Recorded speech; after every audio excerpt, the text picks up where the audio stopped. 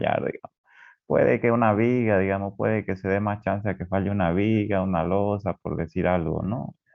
Pero una columna jamás se permite que falle, ¿no? Entonces hay que tener demasiado cuidado en el diseño de una columna.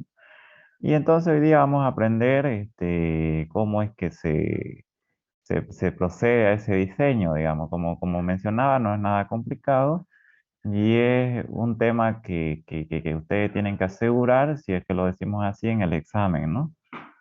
Entonces, para aquello vamos a decir que obviamente vamos a meternos de lleno a lo que nos interesa para el examen, que es ya cuando se analiza la longitud de la columna, ¿no? Se analiza si la columna es corta, en donde sabemos obviamente que en todo elemento comprimido, en este caso columna o cualquier elemento que ustedes tengan que está sometido a una carga de compresión, hay un fenómeno que aparece, según su longitud, hay un fenómeno que aparece, ¿no? Ese fenómeno de flexión que desarrollan, de flexión adicional, podríamos decir que desarrollan estos elementos comprimidos, se denomina fenómeno de pandeo, digamos, ¿no? Es el pandeo que sobre todo se producen en esta columna denominadas largas, ¿no es cierto? Porque de acuerdo a la longitud que tiene el elemento, así que vamos a silenciar acá, ya. De acuerdo a la longitud que tiene el elemento comprimido, o sea, sometido a una fuerza de compresión que ustedes estén analizando, puede que se desarrolle o no se desarrolle el pandeo. Y para identificar dónde, y no, dónde se desarrolla y no se desarrolla, se lo denomina como elemento corto, donde en un elemento corto el fenómeno de pandeo no está desarrollado, o sea, no hay peligro de esa flexión por pandeo. Y en donde sí se desarrolla o hay peligro de esa flexión adicional por pandeo es en aquellos elementos largos. En este caso, como estamos hablando de columna, específicamente le ponemos columna, ¿no? Pero valga la aclaración que esos fenómenos no solamente se dan en columna, puede ser en otros elementos, por ejemplo, en vigas, también en la parte comprimida puede existir el pandeo, digamos, que no es tan desfavorable porque, como le digo, sobre todo nos va a interesar ese fenómeno de pandeo en columna, digamos, ¿no? Y entonces a columna corta, cuando no se desarrolla el pandeo, no hay pandeo, la columna solamente puede fallar por aplastamiento, digamos, se puede venir el colapso por un aplastamiento, por una excesiva compresión, pero en columnas largas ya ocurre ese fenómeno de pandeo, donde el fenómeno de pandeo no es más que una inestabilidad lateral que sufre la columna, donde este elemento, si bien está comprimido, pero debido a su larga longitud, debido a que es esbelta, digamos, y obviamente la propiedad geométrica que se denomina cuando una columna es larga y cortita, se denomina como esbelta, digamos. La esbeltez es una propiedad o un parámetro que me dice a mí qué tan larga y qué tan corta es la columna, digamos. Básicamente eso, ¿no? La esbeltez, que más adelante vamos a aprender a determinarla, que seguramente ustedes ya han venido viendo en otras materias cómo se determina la esbeltez, digamos, ¿no? Pero la esbeltez es un parámetro que a mí me dice qué tan larga y qué tan corta o qué tan delgada es una columna, o qué tan corta de longitud y qué tan gruesa, digamos, ¿no? Y entonces fíjense que en esta columna larga, si nosotros vemos el esquema aquí, esta columna larga o cualquier elemento esbelto, o sea, largo, digamos, donde el fenómeno de pandeo hay peligro de que se desarrolle, se genera una flexión adicional. Es decir, si bien esto está comprimido, una fuerza normal de compresión, aparece un momento que se denomina como momento de segundo orden. Ese momento es el que va a generar la falla por pandeo, digamos, ¿no? Fíjense que este momento que se lo denomina como momento de segundo orden, que seguramente ustedes en algún curso estructural lo van a escuchar como efecto P delta, digamos. Significa efecto P por delta. Eso significa el efecto P delta, si es que ustedes escuchan eso. O sea, es el momento flector de segundo orden que se genera por la deformación lateral debido a esta inestabilidad que tienen estos elementos sometidos a compresión, ¿no? Ustedes mismos, si ustedes agarran una regla y la comprimen, eso se va a doblar. La parte más delgadita de la regla se va a doblar, digamos. Ahí se está generando este fenómeno o este efecto que se menciona acá, el efecto P delta, digamos, ¿no? Entonces eso es lo que vamos a aprender hoy día, ¿ya? Y vamos a comenzar con un ejercicio, porque obviamente acá ustedes tienen toda la parte teórica, que esto lo ven con el ingeniero, esto se los explica más detalle el ingeniero, y conmigo, como siempre, ustedes ven la parte práctica, digamos, ¿no? Entonces vamos a iniciar con un ejercicio, básico o sencillo, y de ahí vamos a ir aumentando la dificultad, ¿ya? Entonces, para explicar y porque fíjense que acá, para facilitarle yo la vida a ustedes, acá yo les voy a dejar un formulario donde ustedes tienen que seguir meramente estos pasos, ¿ya? Pero para explicar en qué consiste este formulario, vamos a resolver. Está pausada, ¿no? No está compartiendo, ¿no? ¿O está compartiendo pantalla? No, Fabio, se ve No, no solo, está solo el compartiendo, solo PDF está de en la el... clase. Acá me avisó que está pausada. Esperemos a Tingo, ¿ya? Con razón, no lo veían sobre ustedes. Ahora sí, ¿no? Ahora sí. Todavía. Ahora sí se Sí, ve. ahora sí. Ya, Sí, ya se miren, ve. entonces yo les he mencionado a ustedes que acá, yo para facilitarle la vida a ustedes les he dejado un formulario, les he formado o les he hecho un formulario donde ustedes solamente tienen que seguir estos pasos. Ahí está paso número 1, luego va a venir paso número 2 para resolver cualquier ejercicio de columna, ¿ya? Entonces, para explicar este formulario y en qué consiste, vamos a empezar con un ejercicio práctico, sencillo, que también es tipo examen, digamos, podríamos decir, como el mencionado acá, digamos, ¿no? Entonces, ¿qué dice este ejercicio? Para la columna aislada mostrada en la figura sometida a los esfuerzos internos mostrados, carga de compresión y momentos flectores en sus extremos, calcular las armaduras para el plano más desfavorable, dice, ¿no? Calcular las armaduras para el plano más desfavorable. Como dato tenemos, los materiales son resistencia máxima a compresión del hormigón, 250 kilos por centímetro cuadrado, y resistencia a la afluencia del acero, 4.200 kilos por centímetro cuadrado. Bien, entonces fíjense que esta es una columna, lo que se denomina como columna aislada, o sea que ya los vínculos en los extremos están bien definidos. Hay otro tipo de columna que son las columnas pertenecientes a un pórtico plano, que más adelante vamos a ver, o columna perteneciente a pórtico, donde los vínculos no están definidos. Ahí la rigidez de los vínculos los dan las vigas que le llegan al extremo y las columnas que le llegan a ese extremo. Entonces, acá nosotros básicamente tenemos una columna aislada, o sea, donde los vínculos ya están definidos, son articulados simplemente, ¿no? Articulados en ambos extremos. Entonces, esta columna está sometida, dice, a una carga de compresión, normal de compresión, obviamente, muerta de 25 y viva de 29, ¿ya? G siempre es muerta y P siempre es carga viva, ¿ya? Aquí cuando ustedes vean el subíndice G, ya saben que es carga muerta, y cuando vean el subíndice P, es carga viva, ¿no? 25 y 29 para la viva y momentos flectores en los extremos, fíjense. Acá un momento flector antihorario, muerto de 5 y vivo de 3, ¿no? Y acá también un momento flector horario, muerto de 4 y vivo de 2,5, ¿no? La sección transversal, la sección transversal de la columna dice que la columna es de 30 por 45, ¿no es cierto? 30 por 45. Entonces lo que nosotros debemos hacer es resolver esto, pues, ¿no? Lo primero que vamos a hacer es obtener las cargas de diseño o las cargas mayoradas, ¿no?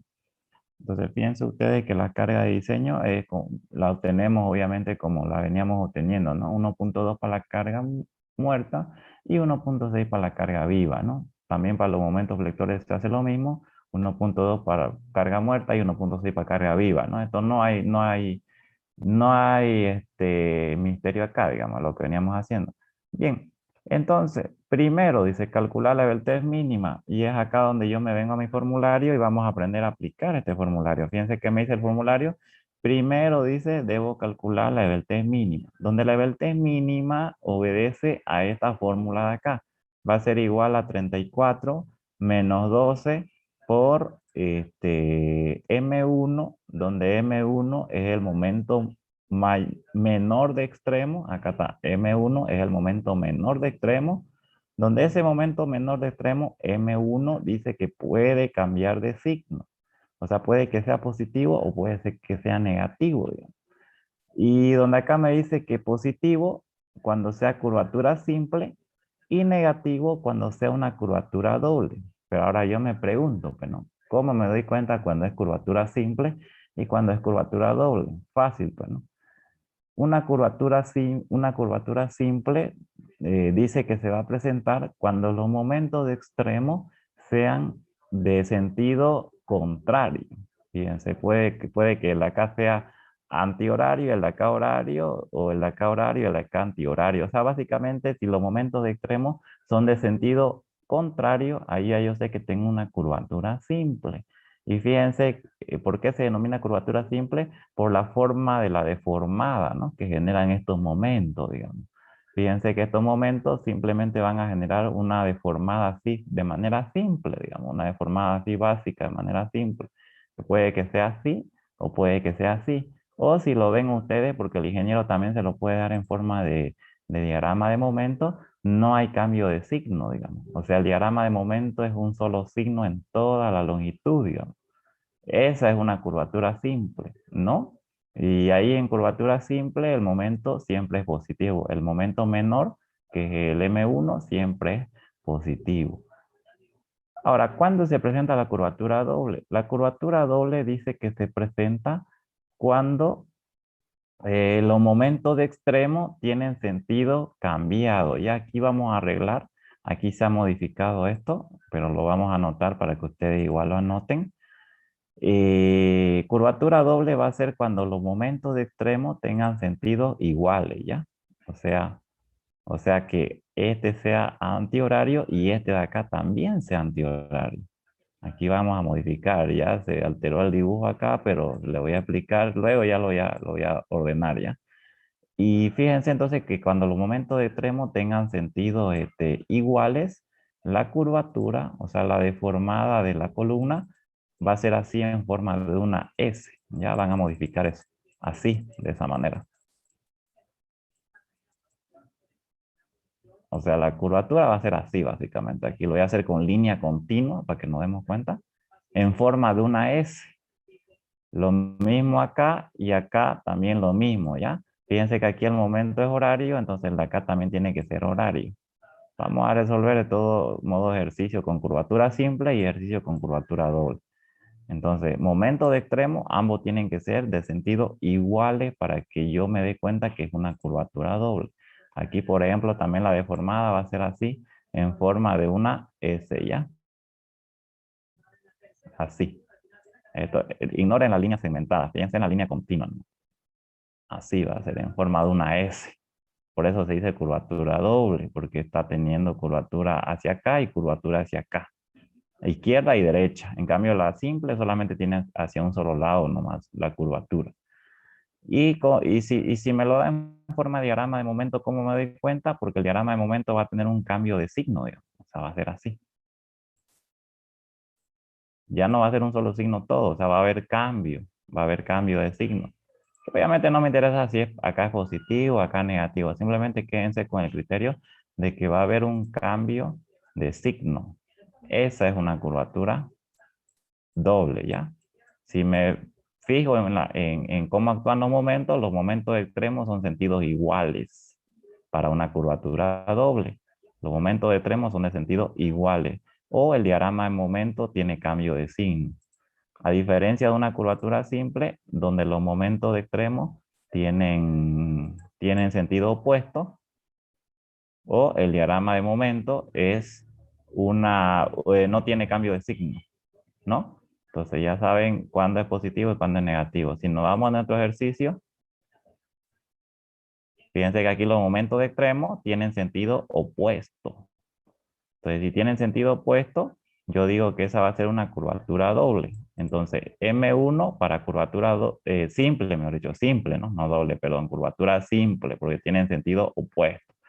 Entonces, para una curvatura simple, el momento M1, que es el menor de extremo siempre es M1, es positivo. Por eso aquí le puse con signo positivo, ¿ya? M2 siempre es el momento mayor de extremo, ¿ya? Como dice acá la fórmula. M2 siempre es el momento mayor de extremo. Y M2 siempre va a ser positivo, ¿ya? M2 siempre va a ser positivo. Entonces no se olviden de eso, ya curvatura simple, momento de extremo, sentido contrario. Curvatura doble, momento de extremo, sentidos iguales. Y aquí cabe recalcar que aquí el dibujo está mal ya. Y curvatura simple, siempre M1 es positivo. Curvatura doble, M1 es negativo ya. Está con el signo negativo ya. Aquí nada más el dibujo lo voy a cambiar, pero ya saben a qué me refiero. Bien, entonces aplico la fórmula de Beltrés mínima, que es el parámetro que me va a decir si mi columna la puedo considerar como larga o la puedo considerar como corta, digamos, ¿no? Entonces si aplico M1 8.8, obviamente aquí ya estoy trabajando con las cargas de diseño o cargas mayoradas, me sale, este valor me sale 24.222, ¿no? 24.222. Valores de Beltrés reales a esta se consideran como, la columna se puede considerar como corta y valores mayores a este se puede considerar como larga. Entonces, segundo paso, dice. Fíjense acá el formulario igual. Segundo paso, calcúlense la Beltrés real. Hay que calcular la Beltrés real. Y la Beltrés real, básicamente, seguramente esta fórmula ustedes la conocen, se calcula con esto de acá, ¿no? Va a ser igual a K, que es el factor de vínculo, por la longitud de la columna, donde esto me forma a mí lo que se conoce como longitud efectiva, o longitud que se puede deformar, también conocida, digamos, de la columna, sobre el radio de giro, ¿no? Radio de giro que se determina de esta manera. En caso que sea una sección rectangular o cuadrada, el radio de giro se puede determinar como el 30% de la altura. Y en caso de que sea una sección rectangular, circular, mejor dicho, el radio de giro se puede determinar como 0.25 veces el diámetro. Cabe recalcar que el radio de giro se determina con esta fórmula de acá, ¿no? Es igual a la raíz cuadrada de la inercia sobre el área, que ya conocemos, digamos, ¿no? Cálculo de Beltrés. Y dice, según la pregunta, a mí me está diciendo que yo calcule las armaduras para el plano más desfavorable. El plano más desfavorable es aquel que me genera mayores Beltrés. Y como yo sé que la esbeltez es inversamente proporcional al radio, o sea, si el radio es mayor, la esbeltez es menor, y si el radio es menor, la esbeltez es mayor, es más desfavorable. Entonces yo básicamente calculando los radios para ambos planos, tanto X como Y, puedo decir que el plano que me dé radio menor, ese va a ser el plano más desfavorable o que se va a tender a pandear más, digamos, o si es que la columna se pandea, se va a pandear respecto a ese plano. Entonces, fíjense que yo tengo la columna acá me la da de 30 por 45 y para que le entendamos eso de los planos y todo eso, yo voy a hacer un pequeño dibujo acá, ¿ya? Fíjense que yo tengo, por ejemplo, yo tengo ahí la columna, ¿no es cierto? Ahí tengo la columna y que de manera espacial se ve así, digamos. Que de manera espacial se ve así.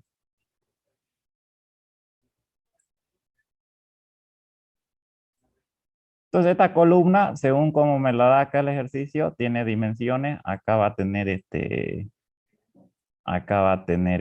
30.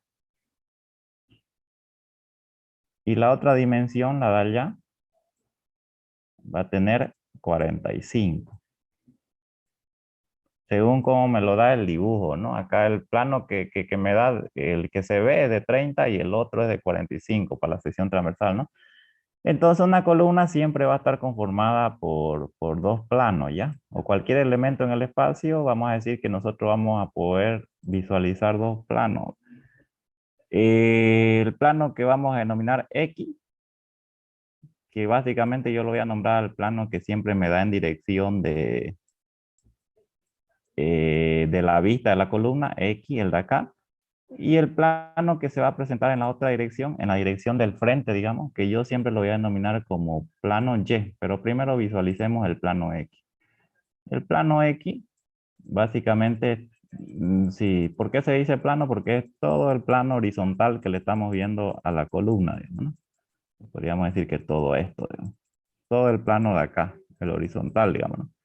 Si es que lo queremos ver así, así, así, digamos, ¿no? Todo ese plano horizontal, digamos, la columna. Y el plano Y es el plano entrante, el de la otra dirección, digamos, el perpendicular, el de allá, ¿no? Ese es el plano Y, el otro, digamos, el que va en la dirección de allá. ¿No? Así, digamos, siempre van a hacer en análisis esos dos planos, el horizontal y el entrante, el de la otra dirección, el entrante. Entonces, ustedes siempre tienen que, si es que el ejercicio le dice calcular las armaduras para el plano más desfavorable, siempre tienen que analizar ambos planos. Entonces, fíjense, por eso que acá yo tengo que analizar el plano X y el plano Y. Ahora, la altura siempre es paralela al plano en análisis, siempre. Por eso acá cuando yo analizo el plano X, ¿cuánto viene a ser mi altura? Mi altura va a ser esta, la dimensión paralela al plano en análisis. En este caso esta dimensión es 30, por eso acá yo le pongo h de 30 y la base es la perpendicular a ese plano.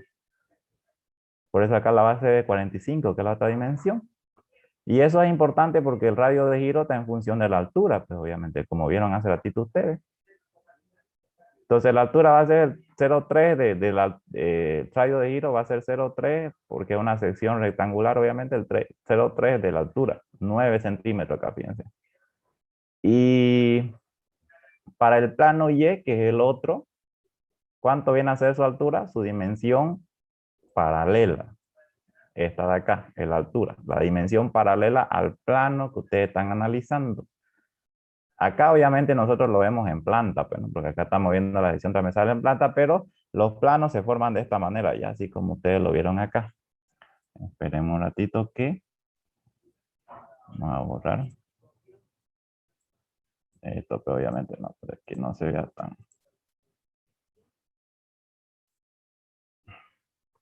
Conectar la batería porque ya se está gastando.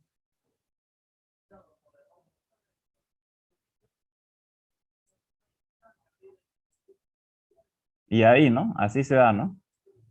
Entonces ya saben, ya la altura que ustedes, la dimensión de la altura siempre es la paralela al plano que ustedes están analizando. Aquí yo estoy analizando X, la altura es 30, la dimensión paralela. La base es la perpendicular. Acá yo estoy analizando el plano Y, la altura es 30, el 45, la dimensión paralela o en la misma dirección de ese plano. Y la dirección perpendicular es la base. Por eso acá en el plano Y la altura es 45 y por consiguiente el radio de giro es 13,5. ¿No es cierto? Entonces así ya, así es el tema de los planos, digamos. Porque ustedes cuando les pida calcular las armaduras respecto al plano más desfavorable, ahí tienen que determinar el radio de giro para cada uno de los planos y el radio de giro para el que le salga menor, ese es el plano más desfavorable o el que se va a tender a pandear en pocas palabras, digamos, ¿no? Acá estaban las dimensiones que a mí me daban, ¿no? Y fíjense que la dimensión horizontal, aquí clarito me dice que es de 30, eso también hay que tener cuidado, ¿no? Porque eso me determina a mí la altura del plano que yo estoy analizando, digamos.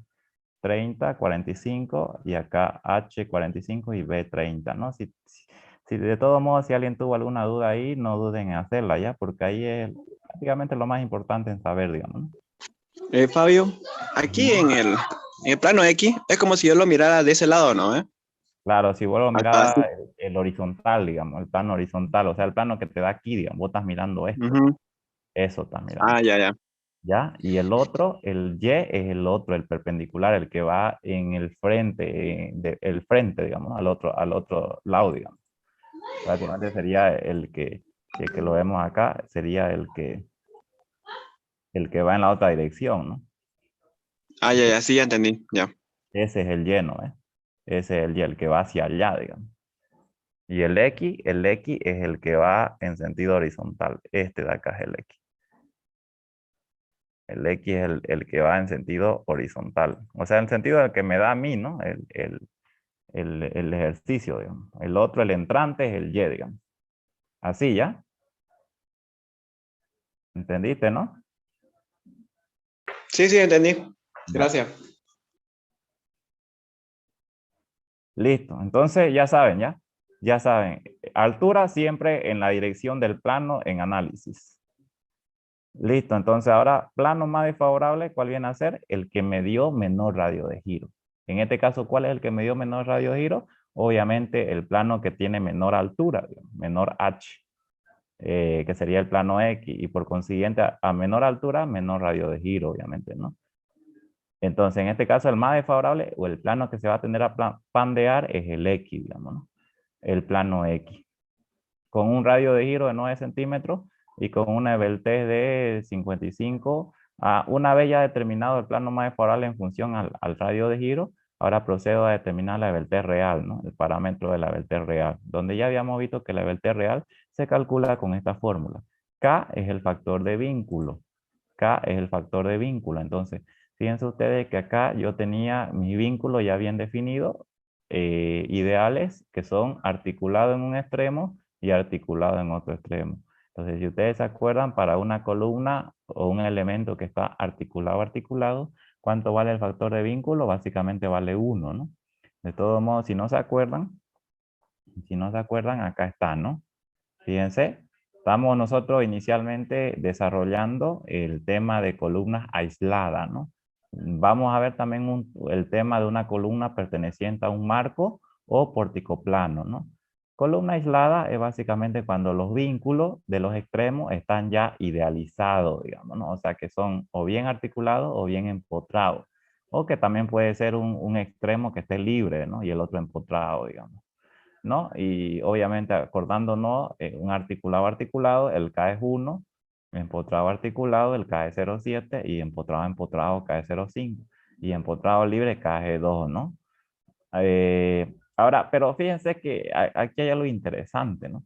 Porque ¿de dónde sale esto de K1, K07, K05 y K2? Básicamente sale de los nomogramas para columna, digamos. O sea, básicamente, a ver acá donde está el nomograma, creo que no lo abrí. No, no lo abrí. Espérenme un ratingo, les quiero mostrar esto ya. Esperemos un ratingo. Les voy a mostrar los nomogramas para columna para que ustedes se den una idea de dónde sale eso. A ver. Ya, aquí está. Para que ustedes tengan una idea, ahora sí lo voy a presentar. Fíjense que esos valores de K básicamente salen de esto. Acá vamos a presentar, estoy presentando pantalla, sí estoy presentando. Salen de esto que se denomina como nomograma.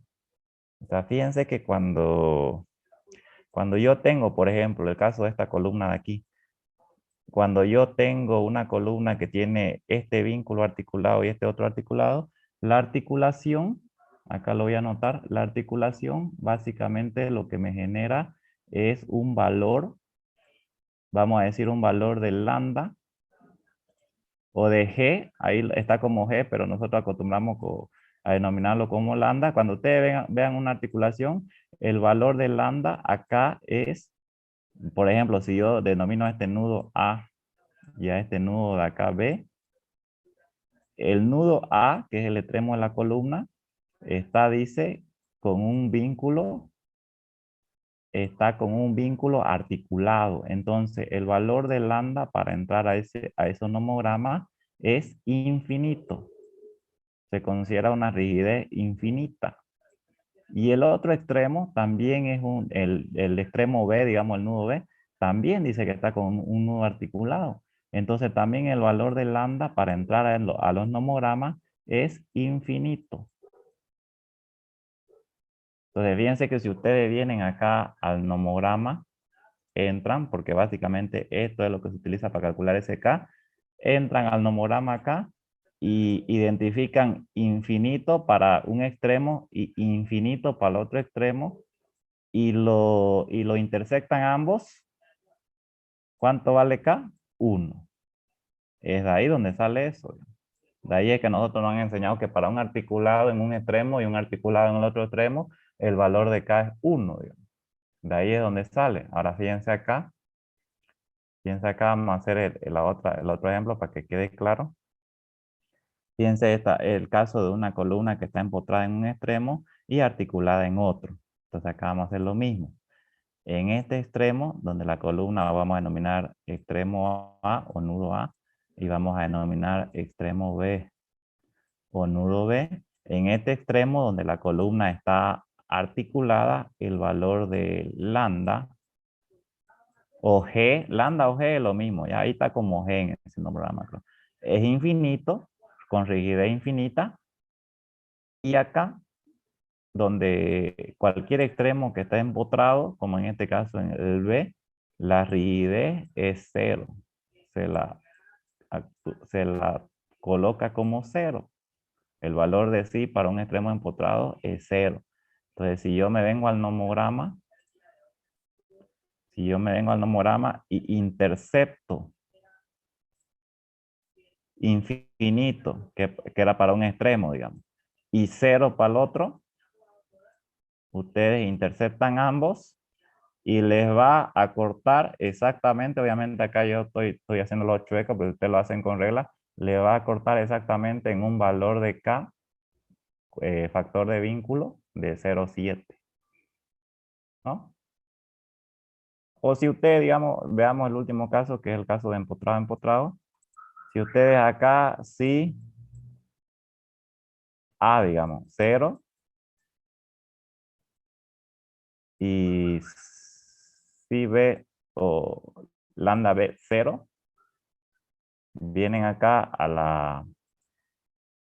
al nomograma, interceptan, y es ahí donde sale 0 con 0, es ahí donde sale 0,5, K0,5, ¿no? Para un empotrado.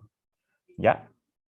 Así es el tema de cuando los vínculos son ideales. O sea, ¿qué quiere decir vínculos ideales? Cuando los extremos están con ya vínculos bien definidos, como es la articulación o el empotramiento. Sin embargo, hay temas o hay columnas que su vínculo no están bien idealizado o bien definido, en donde ahí las rigideces la van a dar las columnas que le llegan al nudo y las vigas que le llegan al nudo. Entonces ahí ya vamos a ver ejercicio de esto. Hay que calcular las rigideces de columna con esta fórmula, mol laticidad por inercia sobre longitud, y las rigideces de las vigas que le llegan al nudo. Lo mismo, mol laticidad por inercia sobre la longitud. Y vamos a entrar a estos nomogramas y de acuerdo a los valores que nos den acá, interceptamos y calculamos el valor de K, digamos, ¿no? Para esos casos, el caso de columna perteneciente a pórtico plano. Pero bien, sigamos entonces. Entonces, fíjense que acá yo ya definí lo que es la EBT real. Definiendo la EBT real, se vienen ustedes al tercer paso. Y el tercer paso viene a ser la verificación del comportamiento de la columna. O sea, si es una columna corta, que se puede considerar como corta donde no hay pandeo, o si es una columna larga, que se puede considerar como larga, donde en columna larga sí hay pandeo, obviamente, ¿no? Y lo verifican. Fíjense que acá dice verificar el comportamiento de la columna como paso número 3. Caso 1, dice, el caso de que la EBT mínima sea mayor o igual a la EBT real. En ese caso es una columna corta, dice, ¿no? Y aquí tienen la formulita ustedes para aplicar en el caso de que sea una columna corta. Vamos a ver este caso igual. Y el caso 2, que es el caso de que la EBT mínima sea menor a la EBT real. Entonces en este caso es una columna larga. En este caso viene a ser una columna larga. Si es una columna larga, el fenómeno de pandeo está definido, o sea, hay peligro de pandeo ahí, por consiguiente, hay que ver las condiciones para considerar eso, digamos, ¿no? Entonces, fíjense que acá en mi ejercicio, mi nivel T mínima me salió 24,22 y la EBT real me salió 55,556. Entonces, es menor, la EBT mínima es menor a la EBT real que está desarrollándose en la columna, por consiguiente yo digo que esta es una columna larga. Entonces si es una columna larga, hay pues el peligro de pandeo. Entonces hay que considerarlo. ¿Y cómo hay que considerar la norma ese peligro de pandeo? O cuando es la columna larga.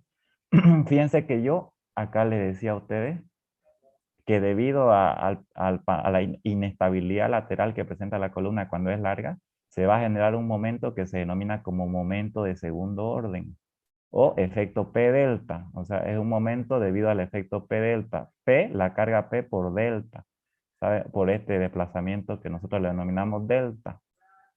Saben ustedes que momento es fuerza por distancia, obviamente. Fíjense que aquí se va a generar un momento flector, digamos, donde este momento flector es el producto de la carga por este desplazamiento lateral por el pandeo.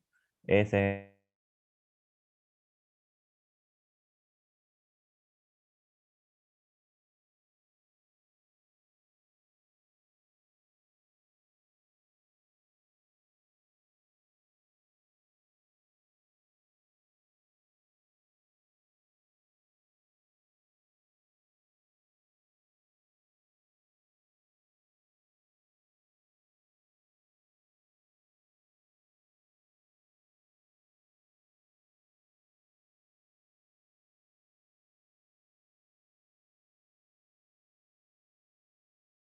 si lo calcula. Un coeficiente de mayoración al momento mayor de extremo, o sea, el M2. Y es por eso que acá, vamos a ver si es ese el signo. Es por eso que acá, y fíjense que me equivoqué en el signo, ¿no? El momento de mayoración es este de acá, es lambda, Rho es ese ahí, ¿no? Ros. Entonces, si vengo acá, esto no es este símbolo de acá, ¿no? Es esto de acá. Vamos a borrar esto. Aquí tendría ese coeficiente, ¿no? Entonces, este coeficiente de acá, que se lo calcula una vez identificado que es columna larga, es un coeficiente de mayoración. Mayoración al momento mayor de extremo, al M2 que vimos hace ratito, para considerar el efecto de segundo orden. Así lo calcula la normativa. La norma lo considera de esa manera. Y es por eso que a continuación lo que vamos a hacer nosotros, es por eso que a continuación lo que vamos a hacer nosotros es calcular este coeficiente de acá. Este coeficiente que es un coeficiente de mayoración, que va a ser igual a CM, donde CM es un coeficiente de corrección, y acá le da toda la condicionante, ¿no? CM es un coeficiente de corrección, donde ese coeficiente de corrección puede adoptar dos valores. Puede ser que sea dos casos, podemos tener dos casos, dice. Inciso A, si el M2 es mayor al M2 mínimo, o sea, si el momento mayor de extremo es mayor al momento mínimo, entonces el CM, el coeficiente de corrección se calcula con esta fórmula, dice. Pero, inciso B, si el M2 es menor al M2 mínimo, entonces el coeficiente de corrección CM se calcula con esta fórmula de acá, o mejor dicho, es igual a 1. Ahí tenemos que tener cuidado con esas condiciones. Veamos en nuestro ejercicio. PU obviamente la carga de compresión mayorada, ¿no? Esta de acá. La carga de compresión PU es esta de acá, la carga mayorada, máxima.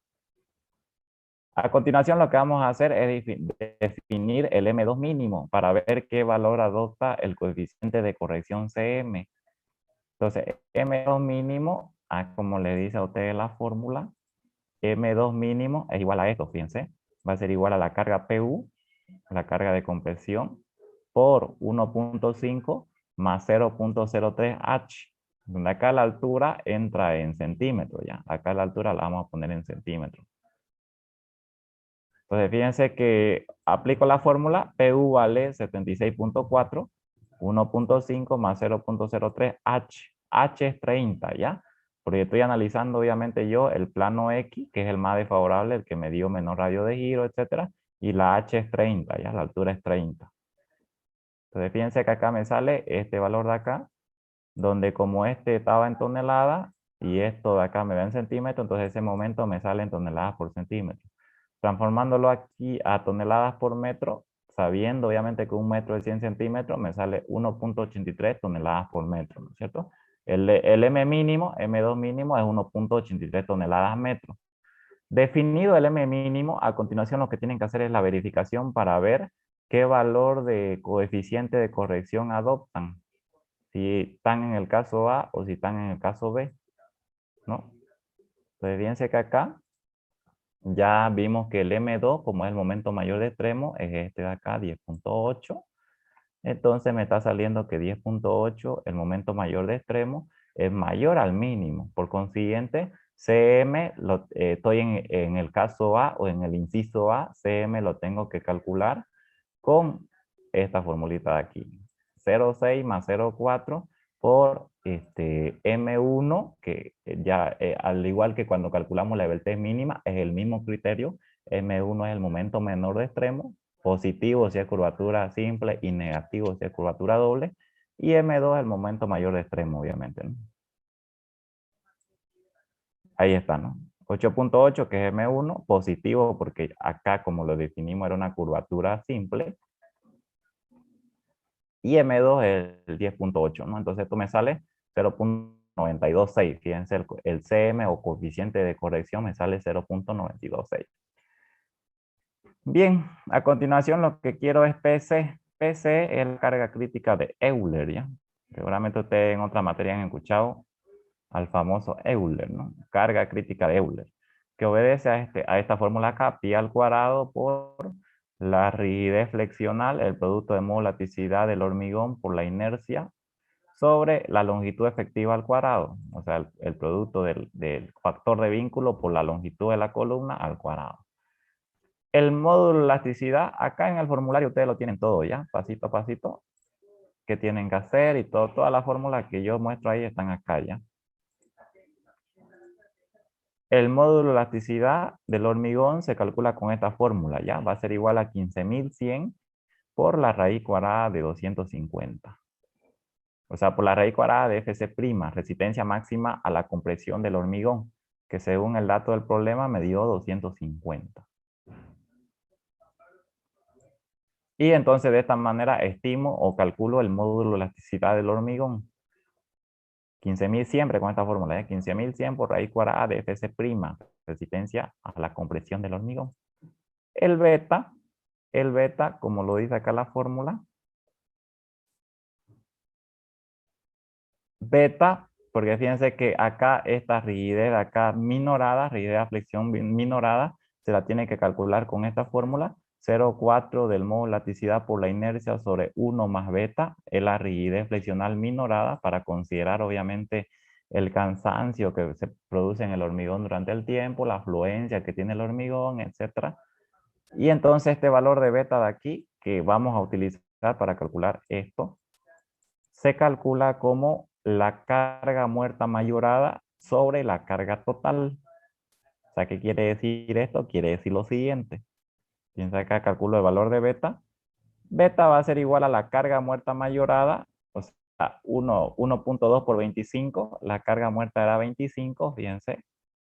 1.2 porque tengo que, dice carga muerta mayorada, sobre la carga total, o sea, la P última, 76.4. Y de esa manera se determina beta. Luego la inercia, como es una sección rectangular, la inercia básicamente es base por altura al cubo sobre 12, ¿ya? Base 45, altura 30 al cubo sobre 12, ¿no? Aquí está la inercia. No se olviden que estamos haciendo respecto al plano más desfavorable, X, donde la altura es 30 y la base es 45. Acá me sale la inercia. Bien, obtenido todo, a continuación lo que hago es calcular esto de acá, que es la rigidez flexional minorada, o sea, 0.4 por el módulo de elasticidad por la inercia, que es esto, sobre 1 más beta, donde beta es este de acá, pues obviamente, ¿no? Y ahí me da un valor grandísimo de rigidez flexional minorada, donde las unidades acá están en kilo por centímetro cuadrado, ¿ya? Kilo por centímetro cuadrado. Entonces, para no trabajarlo con así un valor bien grande, pues, lo puedo también, digamos, pero puede que me chipe. Lo que hago es trabajarlo en notación científica, ¿no? O sea, por día aquí, por ejemplo, si esto de acá lo transformo a notación científica, básicamente es 6.94 por 10 a la 9, ¿no? O sea, le pongo la coma aquí y veo cuánto recorre, ¿no? 1, 2, 3, 4, 5, 6, 7, 8, 9, ¿no? Hasta el punto. Entonces, por eso 6.94 por 10 a la 9. O simplemente díganle usted a su calculadora que se lo bote en notación científica, ¿no? O también lo pueden trabajar así con este valor alto, pero cuidado que se olviden algún número, ¿no? Por trabajar con un valor alto, digamos. Y una vez obtenido esto, ya puedo calcular la carga crítica de Euler, PC, carga crítica de Euler. Pi al cuadrado por ese valor de rigidez flexional minorada sobre la longitud efectiva, que es el producto entre K, el factor de vínculo por la longitud. La longitud de la columna es 5 metros o 500 centímetros al cuadrado, ¿no es cierto? O sea, básicamente esto de aquí es lo mismo que utilicé aquí para determinar la del T, ¿no? Es esto, digamos. Producto de K por la longitud. La columna obviamente tiene 5 metros, ¿no?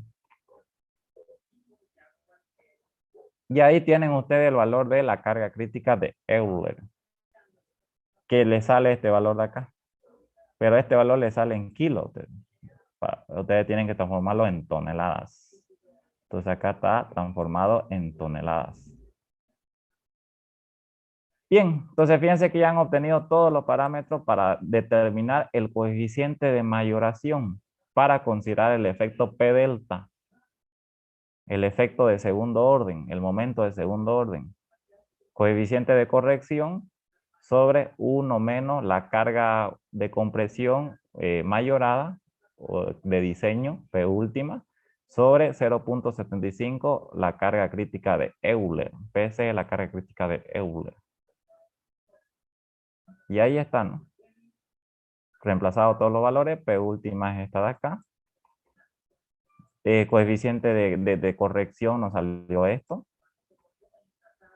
0 sobre 0.75 por la carga crítica de Euler, que nos salió esto. Y ahí tengo ya el coeficiente de mayoración, 1.474, que siempre tiene que ser mayor o igual a 1. Si me sale menor a 1, ya yo tengo que adoptar 1 directamente acá. Por eso acá siempre mayor o igual a 1. Bien, entonces, determinado eso, para determinar el momento con el que yo voy a diseñar esa columna, considerando el momento de segundo orden, tengo que agarrar y mayorar el M2. ¿Con qué coeficiente? Con este coeficiente de acá. El M2 es el momento mayor de extremo. O sea, el 10.8. No, y me sale esto, fíjense. Este momento que ya es el de diseño, considerando, tomando en cuenta el peligro de pandeo o el peligro de inestabilidad lateral debido a ese desplazamiento por pandeo. Listo. Hasta ahí ya no sé si alguien tiene alguna duda. Fíjense que es pura fórmula, no hay misterio acá, es pura fórmula. Lo único que tienen que tener cuidado aquí, por ejemplo, es que esto siempre tiene que ser mayor o igual a 1. Ese sería un criterio, ¿no? Mayor o igual a 1. Si le sale menor a 1, ustedes adoptan 1 directamente acá. Aquí el coeficiente sería 1. No puede ser menor a 1, en pocas palabras. Más adelante vamos a ver un ejercicio donde sale menor a 1. Listo, una vez obtenido ese momento, ya ustedes proceden a calcular las armaduras. Y para calcular las armaduras vamos a utilizar diagrama de interacciones. Se utiliza diagrama de interacciones. Entonces acá yo ya tengo, por ejemplo, estos diagramas de interacciones. Seguramente ustedes ya se los ha facilitado el ingeniero. Lo más seguro. Y lo que nos va a interesar a continuación es calcular lo siguiente. Fíjense ustedes que acá los diagramas de interacciones, en la parte vertical, porque acá obviamente utiliza valores de tensiones en megapascal, por si acaso, por eso acá dice megapascal. En la parte vertical, utiliza valores de tensiones que genera la carga máxima de compresión, digamos, o sea, con esta formulita de acá. Phi por Pn, que es la resistencia máxima de diseño, sobre la base por la altura. Entonces, el Phi por Pn por equilibrio, Phi por Pn es la resistencia máxima de diseño que genera el elemento, ¿ya? Por equilibrio, esto siempre tiene que ser mayor o igual a la carga máxima que le estamos imponiendo, digamos, o sea, la P última. Por eso hay que hacerlo igual acá. La P última o la carga que le estamos imponiendo es 76.4 toneladas o 76.400 kilos. Y la parte horizontal, obviamente acá estamos analizando un diagrama cualquiera, pero para todo es lo mismo. La parte horizontal, los valores horizontales acá para entrar a este diagrama de interacción, corresponden a un valor de tensión que genera el momento flector, digamos. con esta fórmula de acá. La resistencia de diseño máxima a flexión sobre la base por la altura al cuadrado. Y fíjense que estos valores dice que están en megapascal. Entonces, acá lo mismo, ¿ya? Por equilibrio, la resistencia máxima para flexión que desarrolla el elemento tiene que ser mayor o igual al momento flector que le estamos imponiendo. El momento flector que le estamos imponiendo es el momento que hemos calculado hace ratito, considerando el efecto P delta, obviamente, ¿no? O sea, el de aquí.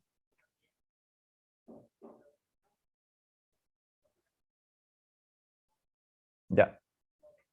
Y esto lo puedo, obviamente hay que transformarlo a kilos por centímetro, ¿no? Ya habíamos visto, aquí está en toneladas a metro, yo sé que una tonelada a metro es 1 por 10 a la 5 kilos por centímetro, entonces lo transformamos, ¿no? Y una vez hecho eso, ustedes proceden a calcular los valores que nos interesa para entrar a los diagramas de interacción, ¿no? Entonces, como ustedes vieron hace ratito, nos va a interesar esto, que es los valores, que son los valores verticales del diagrama de interacción. Con esta fórmula se calcula. Y los valores horizontales de ese diagrama de interacción que se calcula con esta fórmula, ¿no? Entonces, phi por Pn, ya vimos que es esto, resistencia máxima de diseño a compresión, base es 45, altura es 30. Entonces, fíjense que me sale esto, este valor, pero esto me bota en kilos por centímetro cuadrado. Yo tengo que transformar esto a megapascal, porque esos diagramas de interacción están en megapascal. Entonces, fácil, ¿no? Yo sé que un megapascal equivale o es igual a, anótense esto, 10 kilos por centímetro cuadrado. Un megapascal es 10 kilos por centímetro cuadrado, ¿ya? Entonces, si yo quiero transformar este valor de acá a megapascal, lo divido entre 10, digamos, ¿no? Por la conversión esta, digamos. Y ya lo divido entre 10 y ya tengo en megapascal, en unidades megapascal. Unidades de tensión megapascal, digamos. Lo mismo para esto, ¿no? La resistencia de diseño máxima a flexión, que es este de acá, sobre la base, que es 45, y la altura, que es 30. Este valor lo tengo en kilos por centímetro cuadrado. Entonces, lo transformo a megapascal. Lo divido esto entre 10 por la conversión acá, porque es lo mismo que yo diga, un megapascal es 10 kilos por centímetro cuadrado. Ahí este se va a ir con este y me va a quedar 3.9 megapascal, ¿no? Y luego ahora tengo que definir qué abaco voy a utilizar. Para empezar tengo que definir este valor de gamma de acá. Donde fíjense que acá vamos a explicar qué es gamma. Porque acá fíjense que para definir ustedes qué abaco van a utilizar, lo primero que tienen que definir es cómo van a distribuir sus armaduras. Normalmente en columna la distribución de armadura es simétrica. Y eso es lo que casi siempre se requiere, que la distribución sea simétrica. ¿Qué quiere decir? Porque obviamente esto al ser una sección rectangular o cuadrada, los cuatro lados, tiene cuatro lados, digamos. Un lado acá, otro acá y otro acá. Entonces, distribución simétrica quiere decir que en todos los lados tenga la misma cantidad de acero o la misma cantidad de barra, digamos. Esa es una distribución simétrica de armado, que la armadura esté distribuida uniformemente en todos los lados, o sea, en los cuatro lados. Si aquí le pongo 2, acá también 2, y acá también 2, y acá también 2. Esa es una distribución simétrica. Entonces, normalmente o casi siempre se requiere que la columna sea armada simétricamente. Eso por el hecho de que los esfuerzos internos pueden estar en un rato actuando en un lado y en otro tiempo actuando en el otro lado, ¿no? Y para tomar en cuenta eso, mejor es, para más seguridad, armarla simétricamente la columna, ¿no? Bien, entonces ya sé que voy a utilizar abaco para armadura simétrica. Entonces, ¿qué más hay que definir? Con estos parámetros hay que ver qué abaco usar, porque yo tengo varios abacos acá con armado simétrico. ¿Quién es el que me define cuál específicamente voy a utilizar? Esto. Resistencia a compresión máxima del hormigón, resistencia a la fluencia del acero y este coeficiente gamma.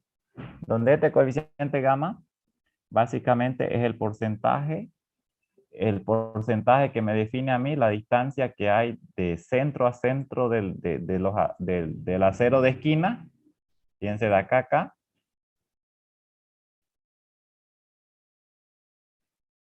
Por la altura, digamos. O sea, quiere decir, esta distancia va a ser un porcentaje de la altura. La altura, ¿no? De la altura de la sección, que en nuestro caso es 30, ¿no? Entonces, ese gamma es un porcentaje de la altura. Entonces, si ustedes hacen la deducción acá, fíjense, la altura va a ser igual a ¿quién? Va a ser igual a esa distancia, que es gamma por h, más 2 veces el recubrimiento mecánico, ¿no es cierto? Porque aquí va a haber recubrimiento mecánico, distancia desde el centro hasta el borde. Acá lo mismo, recubrimiento mecánico, distancia del centro hasta el borde. Entonces va a ser más 2 veces recubrimiento mecánico. De todos modos ahí está deducido, pero le aplico dónde sale. Entonces acá el gamma va a ser igual a ¿quién? Va a ser igual a h, la altura, menos 2 veces el recubrimiento mecánico sobre la altura, ¿no? Despejando ese porcentaje. O sea, es la distancia que hay de centro a centro de la armadura esquinera, que se denomina como un porcentaje de la altura, obviamente, ¿no? Un porcentaje de la altura. Ese porcentaje es gamma. Bien. Entonces, ¿cómo se determina? Se determina de esta manera. Fíjense, acá ya está la fórmula deducida, pero sale de ahí ya. Entonces, lo que van a hacer ustedes es adoptar un recubrimiento mecánico, imponer un recubrimiento mecánico. Normalmente en columna el recubrimiento mecánico, al igual que en viga, va de 7 a 4 centímetros, ¿ya? Nosotros, para facilitarnos la vida, siempre nos vamos a imponer un recubrimiento mecánico. Entonces, acá, recubrimiento mecánico adoptado o impuesto, 6 centímetros, ¿ya? Siempre van a adoptar esto, ¿ya? 6 centímetros. Y entonces, ya tenemos el recubrimiento mecánico impuesto. Por consiguiente, fíjense que acá H va a ser 30, la altura es 30, menos 2 veces ese recubrimiento mecánico, 6 sobre 30. Y esto me sale 0.6. 0.6. Entonces ya tengo el gamma que me va a servir, digamos. Ya tengo un parámetro para saber qué abajo usar, 0.6. Bien, ¿qué más hay que definir? FC', resistencia máxima a la compresión del hormigón. Pero acá fíjense que está en kilos por centímetro cuadrado. Lo mismo la resistencia al acero. 4200, pero está en kilos por centímetro cuadrado. Yo tengo que transformar eso a megapascal. Como yo sé que un megapascal es 10 kilos por centímetro cuadrado, entonces lo único que tengo que hacer acá es dividir sobre 10 para transformar directamente esto en megapascal. Dividen sobre 10. Y ya tienen los valores en megapascal. Entonces dice que yo tengo que entrar a un abaco. Voy a utilizar armado simétrico, obviamente, que tenga valores de gamma 0.6, que tenga valores de resistencia máxima a la compresión del hormigón de 25 y resistencia al acero 420 megapascal, todo en megapascal, ¿no? Buscan. Vamos a los diagramas de interacción y buscamos. 25, 420 y 0.6. 25, 420 y 0.6. A ver. No. Sí. Fíjense. 25, 420 y 0.6. Bien, una vez identificado específicamente el diagrama que voy a usar, con los valores que obtuve acá, este de acá 5.66 y este de acá 3.9, con una reglita entro y intersecto. Veamos nuevamente. El vertical es 5.66 y el horizontal es 3.9. Acuérdense de eso. 5.66. Ahora acá no es tan exacto, ¿ya? Fíjense, esto va de, a ver, de 4 a 5. No, de 8 a 4. Entonces, más o menos, 6 es aquí, a la mitad. Y 5 vendría a ser aquí, ¿no? Acá 7, digamos, así más o menos se lo estima. Esto vendría a ser 5. Por consiguiente, 5.66 más o menos está ahí, ¿no? Poquito más. ¿Y el otro cuánto era? ¿Se acuerdan? 3.9. 3.9, ¿no? El otro está más fácil, ¿no? Aquí lo mismo, fíjense, 3.5 aquí, porque está entre 3 y 4. 3.5 a la mitad, obviamente, ¿no?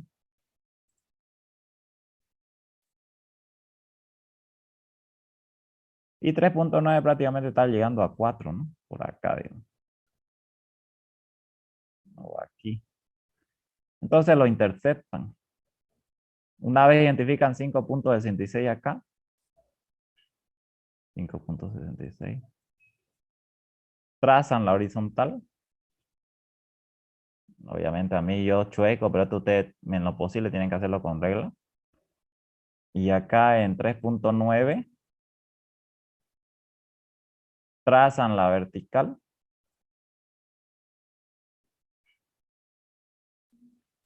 Y en el punto de choque, fíjense que está chocando acá, leen el valor.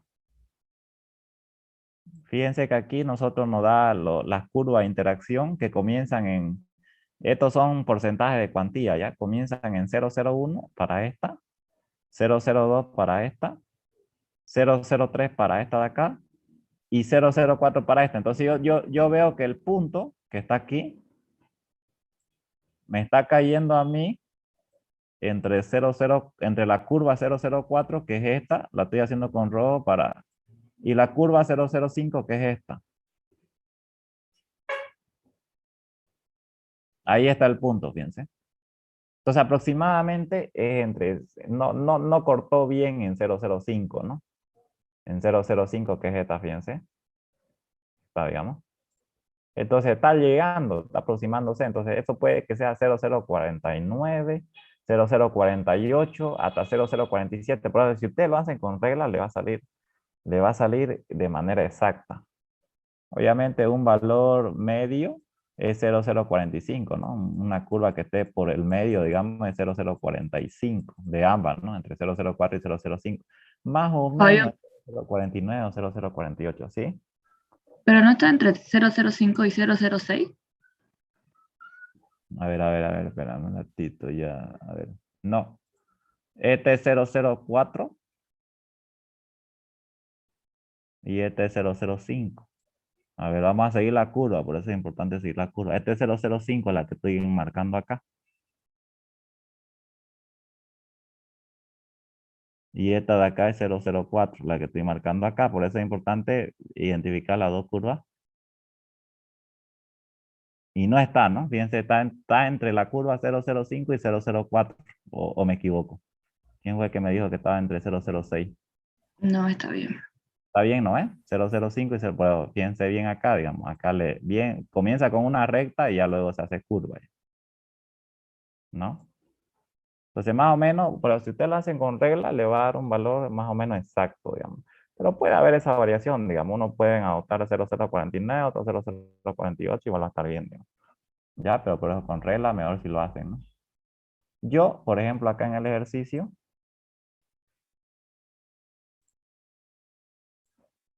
adopté 0,049, fíjense. El valor de cuantía. Entré al abaco y adopté 0,049.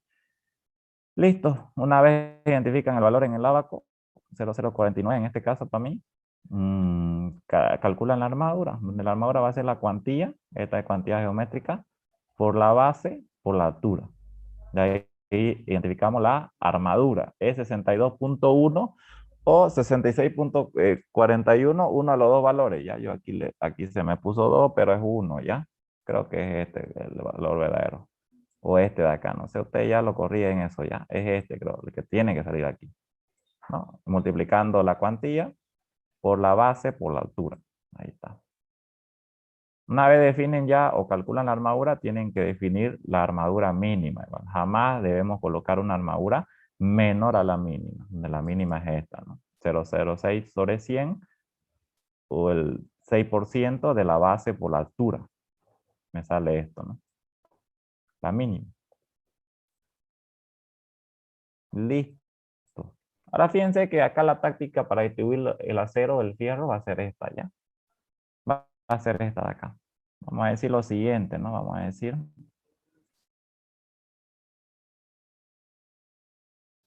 Negro. Siempre van a ir fierros esquineros. De eso no me puedo librar. Entonces, fíjense cuál va a ser más o menos la táctica para que lo hagamos de una manera más rápida. Siempre van a ir fierros esquineros, ¿ya? De eso no me puedo librar, digamos. Y los fierros esquineros siempre tienen que ser del mismo diámetro. Siempre.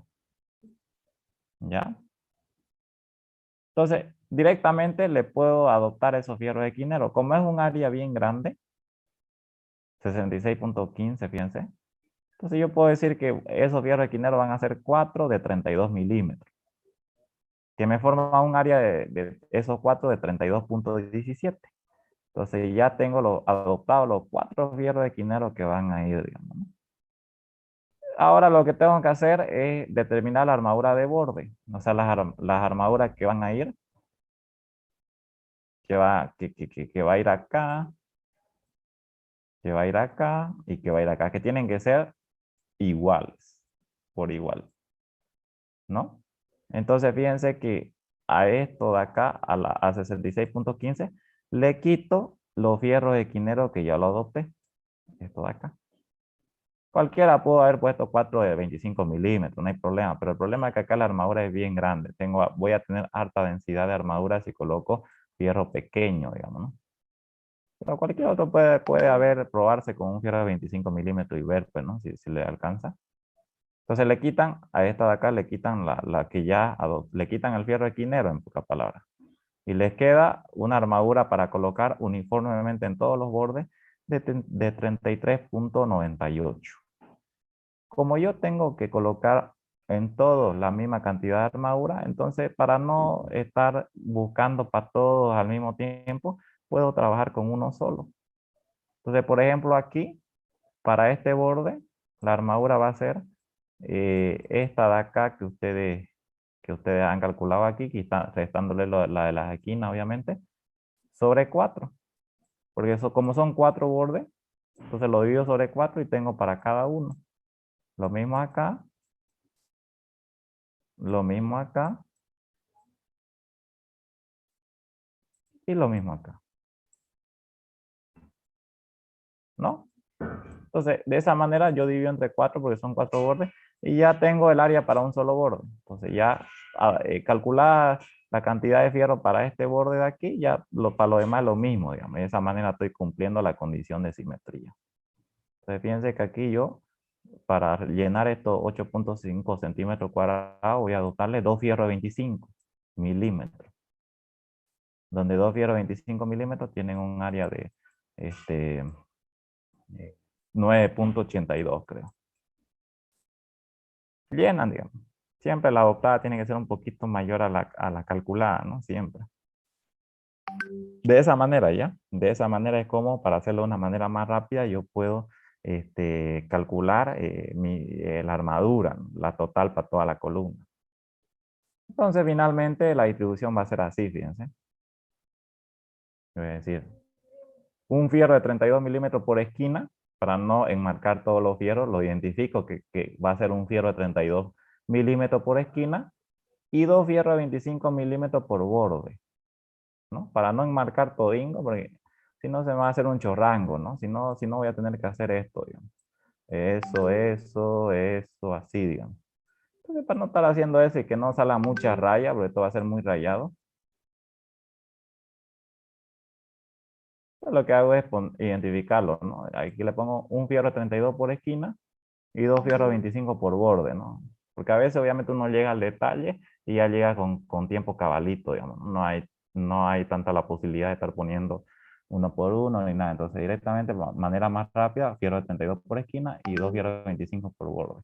Identificamos la separación que va a tener cada uno de los fierros. Entonces acá 30 para esta dimensión y 45 para esta, ¿no? Habíamos dicho que el recubrimiento mecánico que le íbamos a dar al acero era de 6 centímetros, ¿no? El que adoptamos aquí, digamos.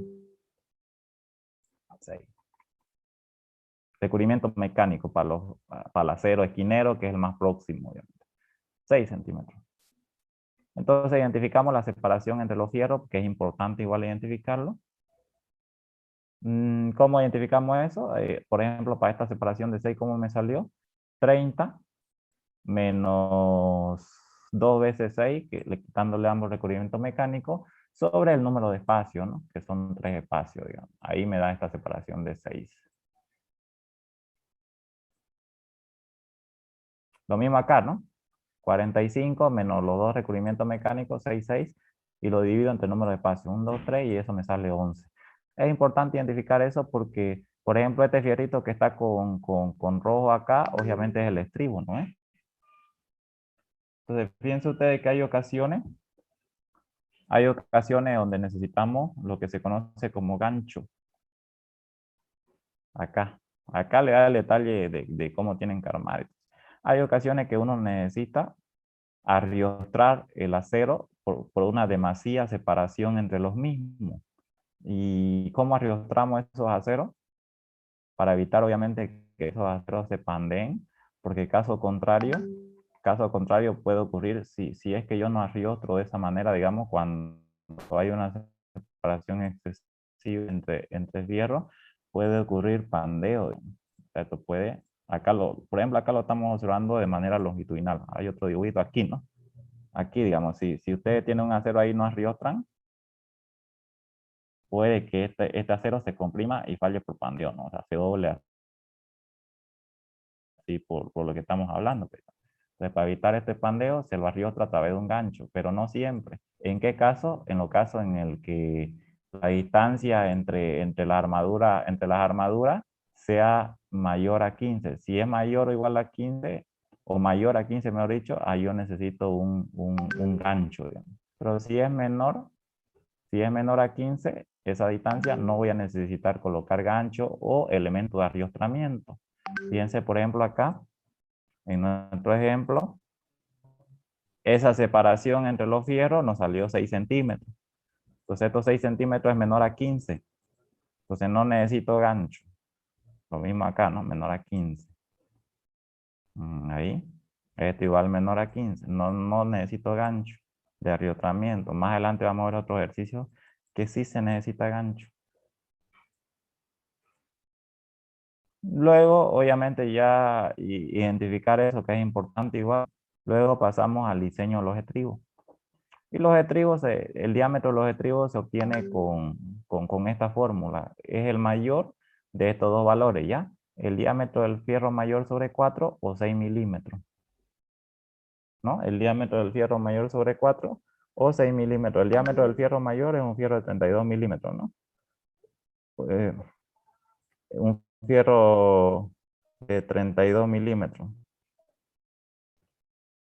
Entonces, hace 32 sobre 4, 8 milímetros. ¿No? 8 milímetros, 32 milímetros, que es el fierro de 32 de acá, sobre 4, ¿no? 8 milímetros. Entonces, adoptamos el diámetro del fierro mayor y de estos dos, ustedes adoptan el mayor que les sale, 8 milímetros. Entonces, ahora la separación va a ser igual a el menor de los tres valores. El menor de los tres valores, la separación entre fierro, porque entre estribos, mejor dicho. Acá lo vamos a ver mejor. Fíjense. Acá, por ejemplo, tenemos un corte longitudinal y aquí obviamente le dice cómo se tiene que adoptar la separación de los estribos y todo eso. Cuando hablamos de separación, estamos hablando de separación centro a centro, ¿no? Aquí está visto, por ejemplo, un corte transversal del acero, ¿no? Entonces, esta separación S de acá, digamos.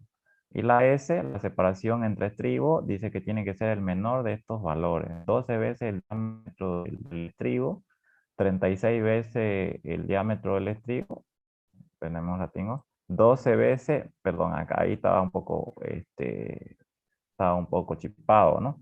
Viene a ser lo siguiente, BE, donde BE es la dimensión menor que ustedes tengan, ahí está de todos modos, 36 veces el diámetro del estribo, el estribo es un fierro, ya lo adoptamos, un fierro de 8 milímetros, entonces 36 por 0,8, o 12 veces el diámetro de la barra mayor, ¿ya?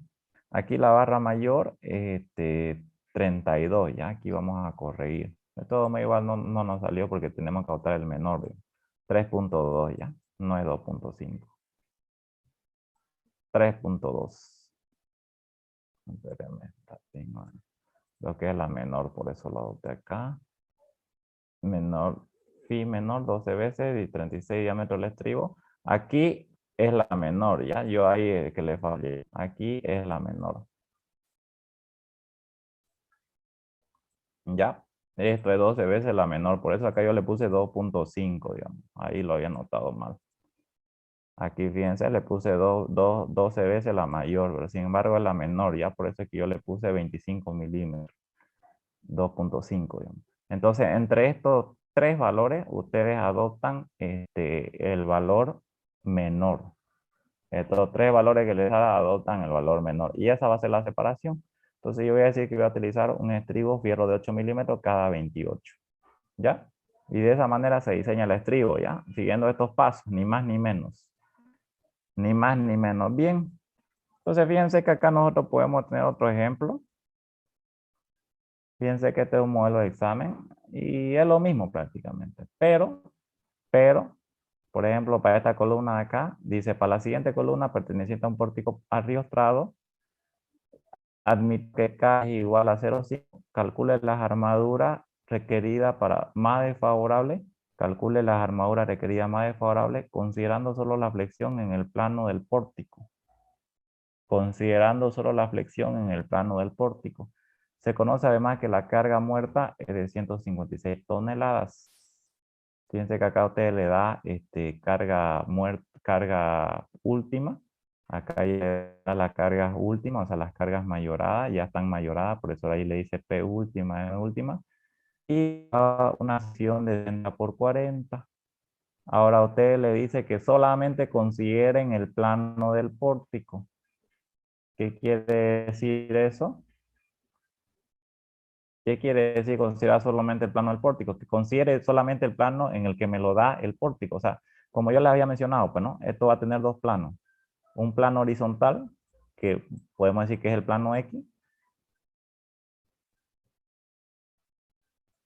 y un plano entrante o al otro lado, que es el plano Y, que es el perpendicular, que está en la otra dirección.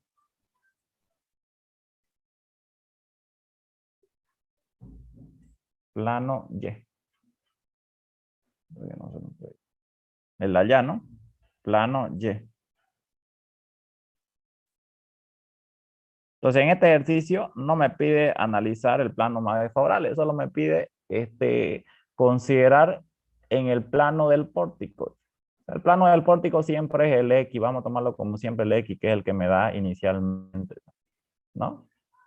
Ahorita fíjense, el plano del pórtico, el X. Entonces, solamente voy a trabajar respecto al plano horizontal, el plano que me da el pórtico, que vendría a ser el X, no el Y, ni siquiera tengo que analizar el otro, digamos, que sería el Y. Fabio, ¿Mm? y así como esas, ¿qué otras consideraciones, qué otras condiciones nos puede poner que nos puedan dificultar el planteamiento inicial del problema? Mm, Eso calcule Esta, por ejemplo, considerando la flexión. esta sería una, ¿no? Porque le puede pedir que solamente analicen un plano, solo el plano del pórtico, que sería solamente el plano X, digamos, que siempre vamos a tomar X, el plano que siempre se ve, digamos. No, esa sería una, digamos. La anterior nosotros habíamos analizado ambos planos porque nos decía analizando el plano más desfavorable, que era el que me generaba mayores VT o en pocas palabras que tenía menor radio de giro. Ahora fíjense acá algo muy Pero en particular. ese modelo de examen que estás mostrando, el más desfavorable sería el corto, ¿no?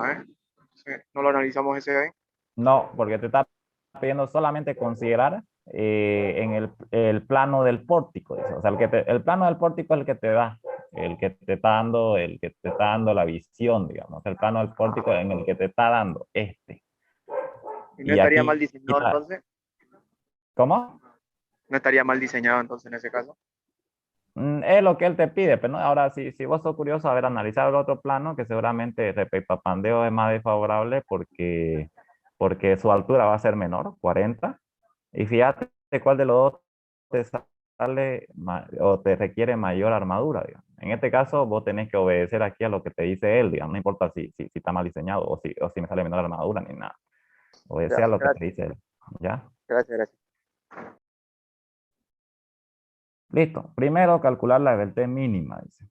Entonces, calculamos la VT mínima con esta fórmula, ¿no? ¿Qué tengo que ver? A continuación tengo que ver, tengo que ver M1 y M2. M1 ya habíamos dicho que es el momento menor de extremo. Y tengo que ver si es curvatura doble o es curvatura simple. Como yo les mostraba en el formulario, ¿se acuerdan? Acá está, ¿no? Curvatura simple cuando los momento menor de extremo son de sentido opuesto. Dice. O sea, curvatura simple cuando los momentos de extremo son de sentido opuesto.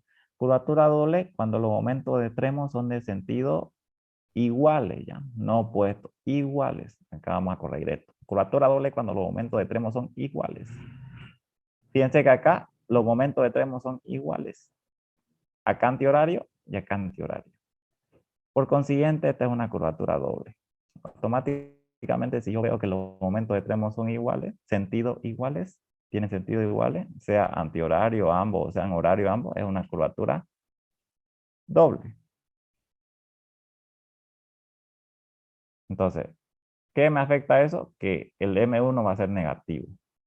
M2, 12, el mayor, ahí ese siempre es positivo.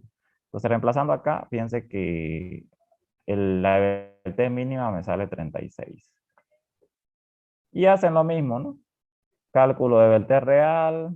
Fíjense que solamente nos está pidiendo analizar el plano del pórtico, o sea, el plano X, el de acá, S, cuya dimensión paralela a ese plano es la de 60 que me da acá. Fíjense aquí, bien, por eso hay que fijarse aquí también. La dimensión paralela al plano del pórtico es esta 60, al plano que me está dando a mí el pórtico es 60, fíjense. Acá 60. No se fijen en este dibujo, porque aquí lo puede chipar. Fíjense bien aquí, ¿no? La dimensión paralela al plano del pórtico. Aquí nos está dando bien, ¿no? Pero puede que él, para chiparlo, le dé el dibujo al revés, digamos. Entonces, si el plano del pórtico es este, ya la dimensión es esta que le está dando aquí 60. Cuidado, cuidado con eso, ¿no? Ahorita van a ver un dibujito donde él más o menos lo chipó, digamos. 60, la base 40. Entonces, la altura es la paralela al plano, que es 60 en este caso, y la base es 40. Entonces, radio, 30% de la altura, 18, la VT real me sale esto, 37. Luego verifico y fíjense que me sale que la real es mayor a la mínima, por lo tanto es una columna larga. A continuación voy a determinar lo que es el coeficiente de mayoración, que ya saben que se determina con esta fórmula. La P última, la carga máxima última, 300. Y determinamos, pues, ¿no? Primero vamos a definir el M2 mínimo. Fíjense que es mecánico. 300, 1.5 más 0.03 por 60. 60 es la altura. Y esto me sale 990, este valor, pero esto está en toneladas a centímetros. Transformo a tonelada a metro y tengo esto.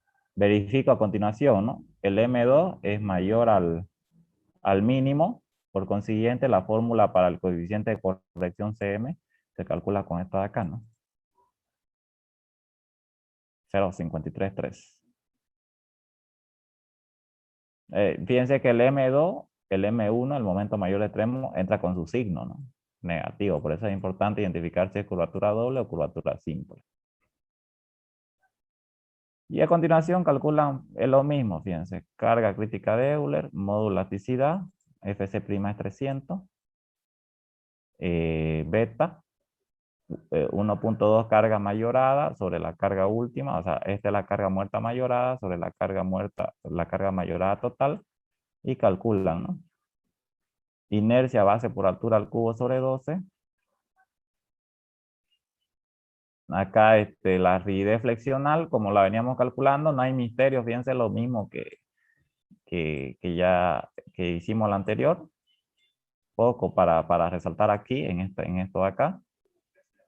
Aquí me sale este valor, pero lo transformo en notación científica. K, ahora fíjense que el valor de K acá me lo da, ¿no? 0.85. Me da directamente el valor de K. Porque no me da ningún vínculo, pero no me especifica qué vínculos son, digamos. Entonces, él me da el valor de K directamente, 0.85. Por eso es que ustedes ahí ven 0.85 para acá. El factor de vínculo. Determinado eso, ya reemplazan todos los valores aquí Y determinan el valor de coeficiente de mayoración, que fíjense cuánto nos está saliendo acá. 0,894, que era lo que yo les hablaba, ¿no? Esto siempre tiene que ser mayor o igual a 1. Si no es mayor o igual a 1, adopto 1 directamente. Adoptan 1. Y el coeficiente de mayoración es 1 nomás. Entonces 1 por M2, lo mismo, ¿no? 12 toneladas metro. Y ahora proceden a hacer lo que hicimos, ¿no? Cálculo de armadura, utilizar diagrama de interacción. Phi por Pn igual a la P última, 300.000 kilos. El momento es este de acá, 12. Y determinan, ¿no? El valor vertical, como lo vimos, es este de acá, pero esto tiene que entrar en megapascal. Aquí este primer valor me sale en kilos por centímetro cuadrado. Y esto de acá tiene que entrar también en megapascal, ¿no? Me sale esto de aquí. Aquí esto está incorrecto, ¿no? Esto no corresponde, ya van a eliminar eso. Esto es 12 por 10 a la 5, ¿no? Sobre base por altura. Transformado en megapascal, ya saben que lo único que tienen que hacer es dividir esto sobre 10, ¿no? Dividir sobre 10.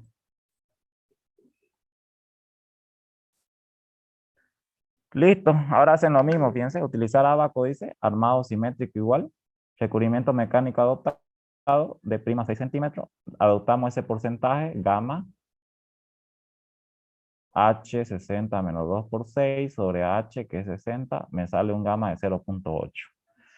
Muy bien, con ese valor de gamma, 0.8, el valor de FC', 30 megapascal, porque era 300 kilos por centímetro cuadrado, ¿no? La resistencia a compresión máxima del hormigón. FY 420. Y con esto identificamos el abaco a usar, ¿no? Acá me voy. Ahí está, ¿no? FC' 30, 420, 0.7. Aquí, este. 300, 420 y 0.8. Fíjense, el valor vertical es 5.66 y el valor horizontal es 3.9.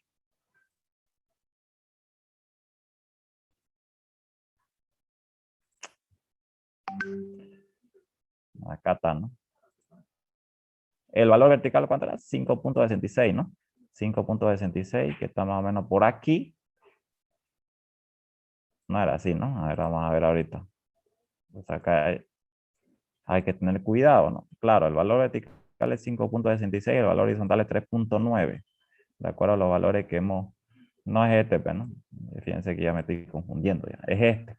El valor vertical es 12.5. A ver, este es el ejercicio que estamos haciendo. Sí.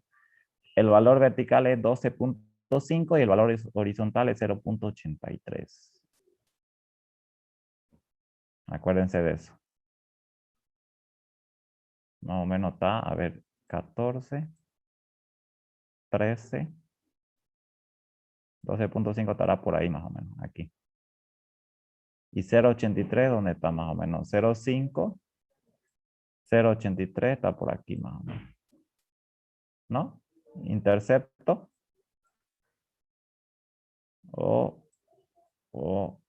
¿Qué ha pasado? Me ha salido, fíjense que acá nos está saliendo algo extraordinario, ¿no? Nos ha salido por debajo de las curvas.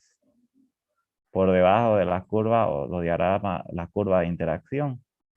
Cuando nos sale por debajo, o sea, en esta zona de acá, quiere decir que en teoría la sección no necesita armadura. Por sí sola va a ser capaz de resistir, digamos, el hormigón solo va a ser capaz de resistir el esfuerzo, la fuerza interna, pero jamás se debe dejar una estructura de hormigón armado, un elemento de hormigón armado sin armar. Entonces, ¿qué es lo que hago yo? Lo que hago es lo siguiente. 0, me está saliendo la cuantía 0, porque por debajo del 0,01 que es el mínimo, pero no puedo dejar la armadura 0. Entonces, cuando me sale eso, cuando me hace caso, automáticamente la armadura que voy a colocar es la mínima. La armadura mínima. ¿Ya? Y si por si acaso alguien de ustedes se preguntará, ¿y qué pasa si me sale por acá, afuera? Lo contrario, bueno, afuera. Cuando me sale afuera de las curvas de interacción, lo que quiere decir es que la sección no va a ser capaz de resistir ni con la mayor cantidad de acero la carga. Entonces, en ese caso, la altura hay que ir aumentando de 5 en 5 la altura hasta que entre dentro de las curvas, ¿no? No creo que le dé ese caso a usted, digamos, que le haga salir afuera, pero por si acaso le hace salir afuera, él va a querer criterio, que ustedes tengan criterio. Entonces, ahí ustedes le van aumentando de 5 en 5 la altura. No importa si no acaban, pero él le va a corregir el criterio. Y hasta que les entra adentro, una vez les entra adentro, ya lo dejan ahí nomás. ¿Ya? Entonces, de esa manera. De 5 en 5 la altura tienen que ir aumentando. Por ejemplo, si no hubiera salido eso, acá nosotros tenemos una altura de 60, por ejemplo. Le damos a 65. Si no entra, a 70. Así, digamos. Difícil que le salga afuera, pero no, de todos modos. Y como aquí tengo una armadura chica nomás, yo, por ejemplo, armadura de esquina, 4 fierros de 16, que me da un área de 8.04. Entonces esto va a ser 14.4, que es la de acá, quitándole esa armadura esquinera. Y para trabajar con un solo borde lo divido entre 4, ¿no? Así como hicimos hace ratito, lo dividimos entre 4. Y me da esto, ¿no? 1.59, que tengo que llenar a un borde. Entonces yo una barra de 16 voy a decir que voy a llenar ese borde, ¿no? Que es 2.01 centímetros cuadrados. Y entonces el detalle me queda esto de acá, ¿no? Un fierro de 16 por esquina y un fierro de 16 por cara.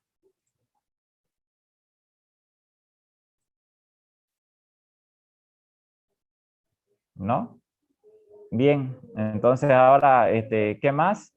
Calculan ustedes la separación que hay entre fierros. Fíjense, la separación que hay entre fierros. Entonces, ¿qué vamos a decir nosotros?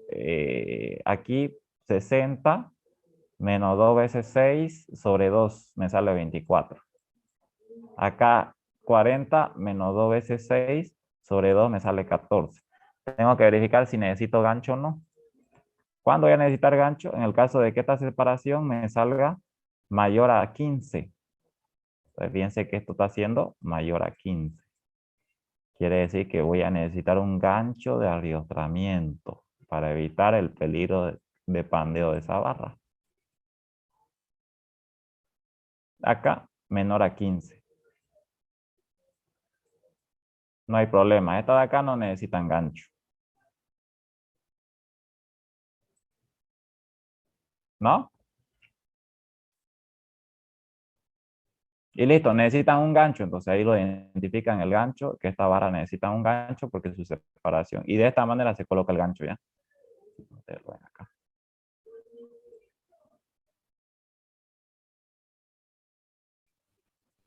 Así, ¿no? De esa manera, digamos. Entonces ya le metemos, ahora, diseño de los estribos, lo mismo que venían haciendo, la barra mayor sobre 4, nada más que acá, van a corregir esto es 16, entonces seguramente acá le va a salir 4, de estas dos adoptan el mayor, que sería 6, no es 8, acá lo mismo, 36 veces BE, que es la dimensión menor, que en este caso es 40, también vamos a corregir, 36 veces el diámetro de la barra del estribo, esto es 0,6, van a corregir eso ya. Y esto de aquí es 12 veces el diámetro de la barra menor, que sería 12 veces 1.6. O sea, 16 milímetros, ¿no? Acá corrían estos valores ya. Lo mismo prácticamente. De estos tres adoptan el menor que le sale, ¿no? Entonces vamos a decir estribo phi de 6 cada 28, ¿no? Aquí me da la separación. Seguramente me va a salir un poco menor, digamos, o un poco mayor.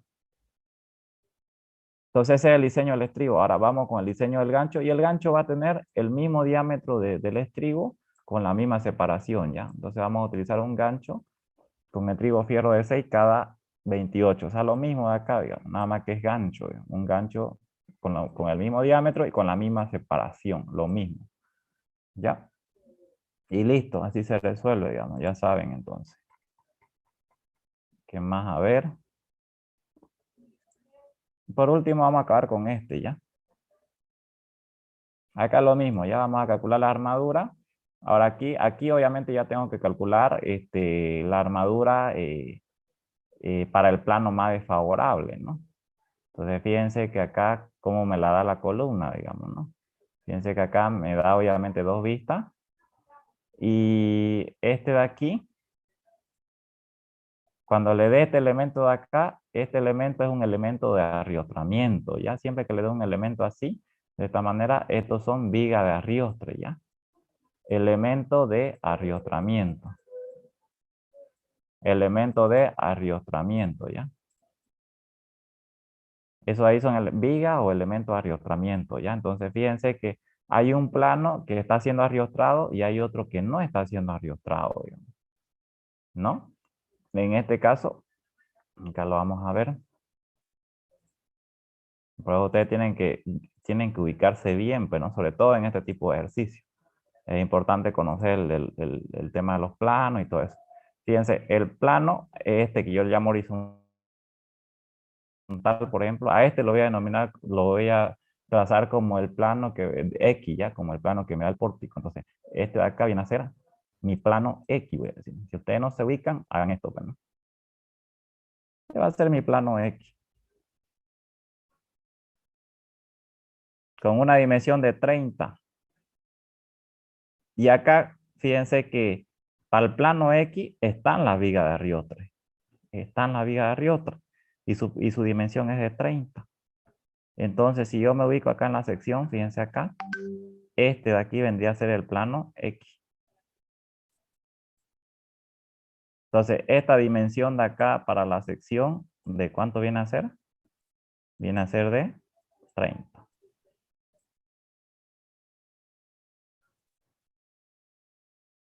Y el otro, el que está en el frente, viene a ser el plano Y.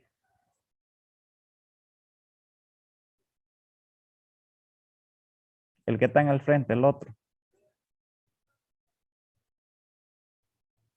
El plano Y. Que básicamente viene a ser este de aquí. Este. O sea, la otra dimensión de la columna. Pues, así la vemos acá, digamos.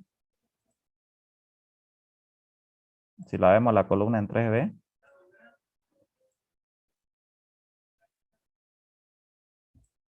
La otra dimensión, la de acá.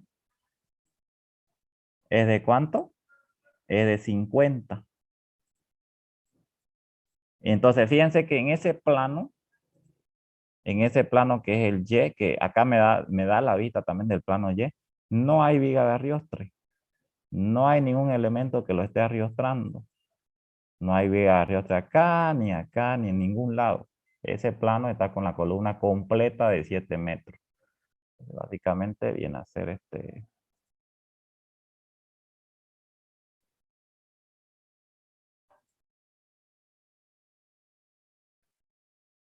de acá, ¿no? El plano Y, que es el perpendicular.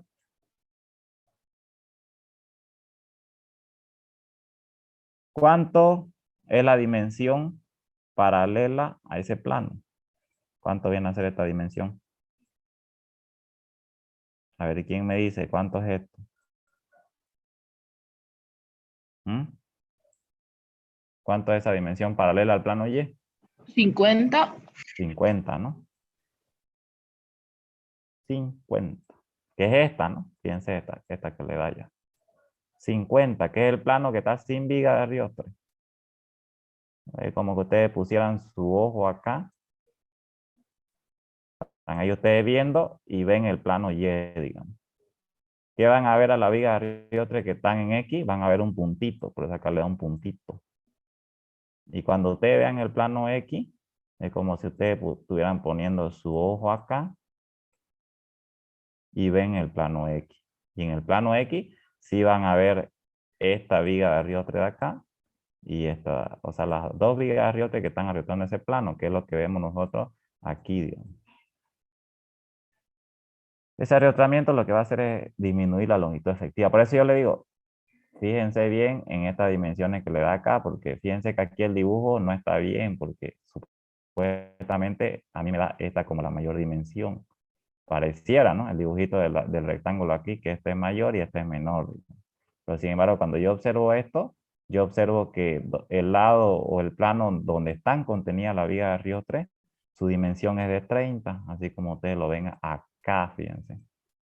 Y el otro, donde la viga de arriotre se ve en un puntito, que si yo veo el plano ese de ahí, digamos, que es el Y, su dimensión es de 50. O sea, la de acá, 50. Lo tienen que ver bien, digamos. Y listo. Evertez mínima. Fíjense que aquí no hay momento. O sea, solamente hay carga de compresión axial. Puede que no dé así, también no hay momento. Entonces, los momentos de tremo son 0. Entonces, la Evertez mínima, reemplazando acá, va a ser 34. Vamos con la Evertez real. Analicemos inicialmente el plano X.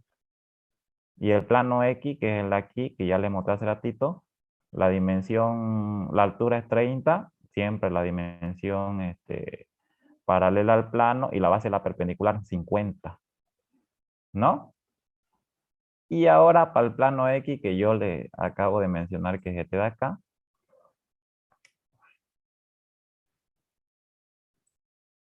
Ese es el plano X.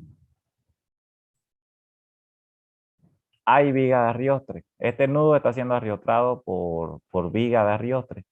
¿Qué es lo que me hace en esa viga de Ariotre? Lo que me hace en esa viga de Ariotre es disminuir la longitud efectiva o la longitud de pandeo de la columna. Entonces, esto va a estar dividido entre nudo A acá, nudo B aquí donde arriotran la viga y nudo C acá.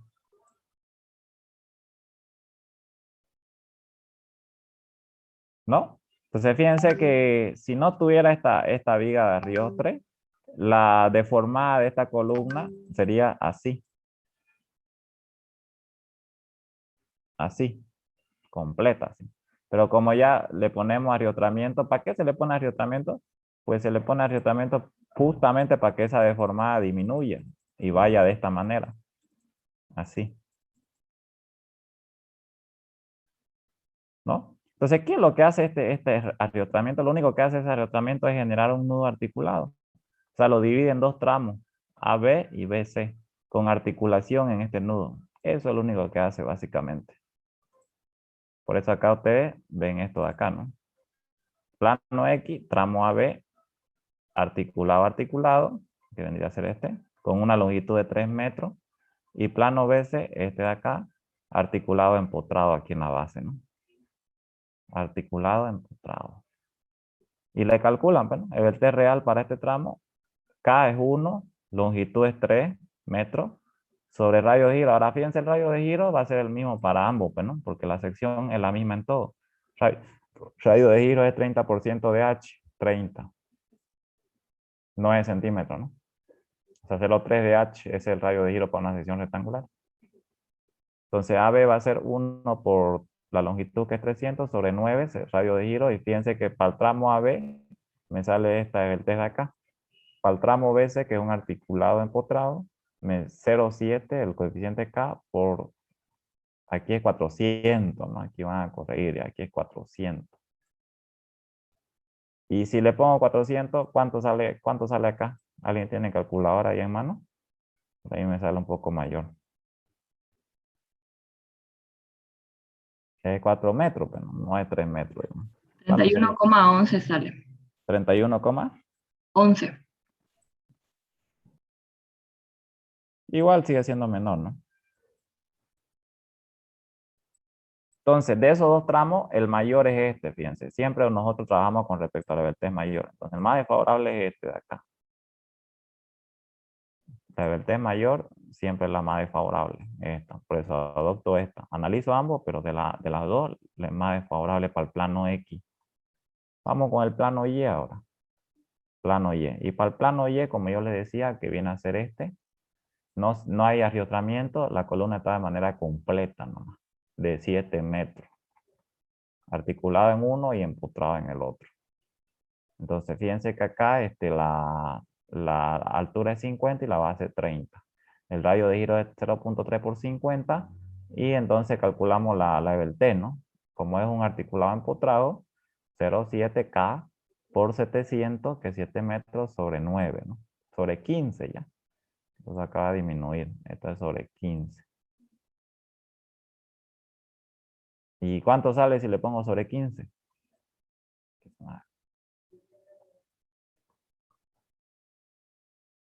¿Cuánto sale? Va a salir menor, pues obviamente, ¿no? 20 y algo va a salir, ¿no? 0,7 por 700 sobre 15. ¿Cuánto sale? ¿Me dictan por ahí? 32,67. Ah, sale, ¿no? Sale lo que puse acá nomás. Entonces ahí es error de colocación nomás. Sale entonces. Esto de acá nomás. Bien. Ese es la del test para el plano Y, fíjense. Y una vez ustedes calculan la EBT para todos los dos planos que tengan, calculan la EBT real a continuación. Y ven cuál es el plano más desfavorable. Pero un plano más desfavorable es el plano X. Porque el plano X me dio una mayor EBT que el Y. Entonces el X es el más desfavorable. ¿Qué tramo? El tramo AB. Porque el tramo AB me dio la mayor EBT, 33.33. Entonces, ¿qué me va a interesar? El radio de giro que tiene ese plano 9. La base que tiene ese plano 30, no, 50. Perdón, la base es 50 acá. Puse todo al revés, ¿no? Esta es la altura y esta es la base, ¿ya? Para ese plano más desfavorable. H es 30 y base 50. Y ahí vamos a corregir. ¿Cuál es la longitud? 3 metros, fíjense. Porque ese tramo AB tiene una longitud de 3 metros. ¿Cuánto es K? 1, porque es un articulado articulado. Eso hay que definir, ¿no? Luego nos van a servir esos datos. Para este EBT, ¿no? Tramo AB, fíjense, tramo AB. Son los datos del tramo AB. Correspondiente al plano X. Listo. Esta EBT la comparan con la mínima. Y fíjense que la mínima les está saliendo mayor a la EBT real. Por consiguiente, es una columna corta. No hay peligro de pandeo ahí. Y si es una columna corta, lo que tengo que hacer para una columna corta es aplicar directamente esta fórmula. PU es la carga de compresión. Phi es 0,65. FC' resistencia a la compresión del hormigón, obviamente. AG es el área de la sección, ¿ya? Y AST es el área del acero, lo que yo voy a querer determinar.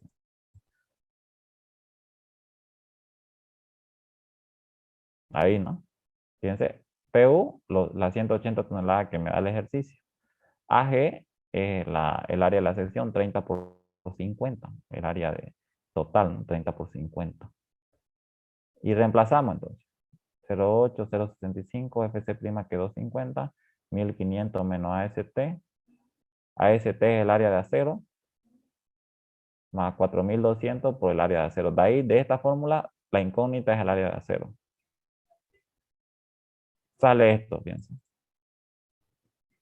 Entonces, el área mínima, obviamente una vez calculado el área de acero, tengo que determinar el área mínima, que me sale 9 centímetros cuadrados.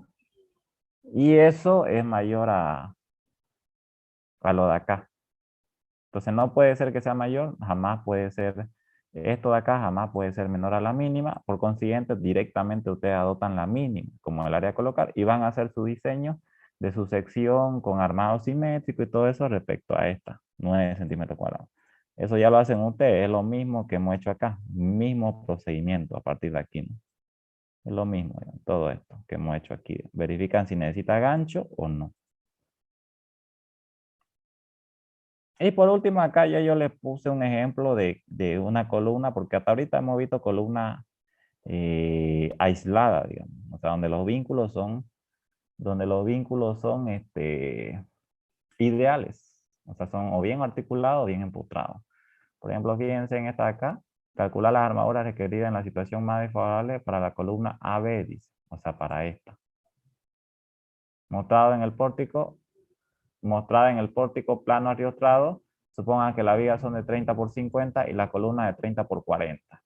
Entonces, fíjense que acá solamente me pide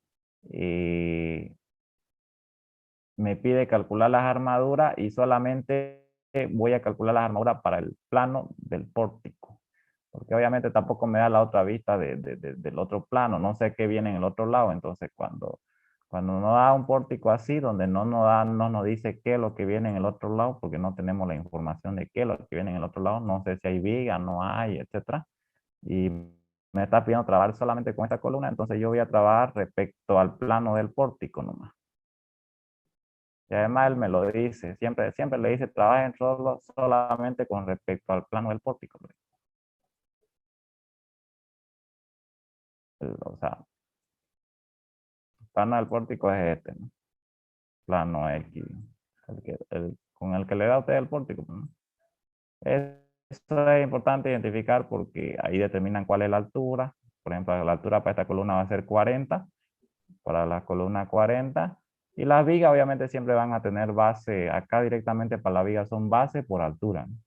Lo que es importante identificar la altura es para las columnas, ¿no? Entonces aquí la columna, para analizar el plano del pórtico, va a tener una base de 30 y una altura de 40, ¿ya?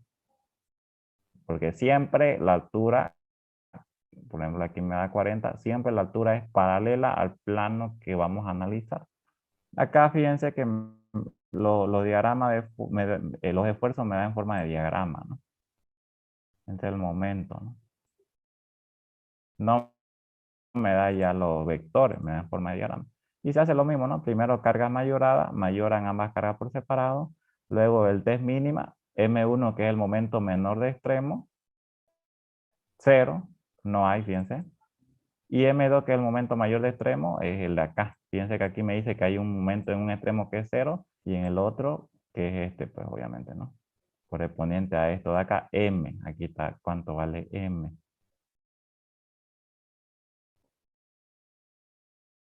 Listo, calcular la VT mínima 1. Como no hay cambio de signo, en este diagrama, pues, no hay cambio de signo, digamos, así. Entonces yo cheque una curvatura simple, de todos modos no va a afectar porque igual el M1 es 0. Reemplazan, ¿no? Y fíjense que la VT mínima es 34. Bien, ahora como yo les mencionaba acá, este nudo está con un vínculo ya idealizado. Entonces el código es infinito. Pero este de acá no está idealizado porque aquí la rigidez a este vínculo de acá lo proporcionan las vigas que le llegan a ese vínculo y las columnas, tanto esta como esta, que le llegan a ese vínculo. Entonces, tengo que determinar, acá lo tengo que determinar este coeficiente para el nomograma que se determina de esta manera. 0,7 de la rigidez de la columna sobre 0,35 de la rigidez de las vigas. Esto es una fórmula, ¿ya? Es fórmula, ¿no? Aquí los modos de elasticidad son, como todo es estructura de hormigón armado, son constantes, entonces pues, se pueden simplificar, digamos.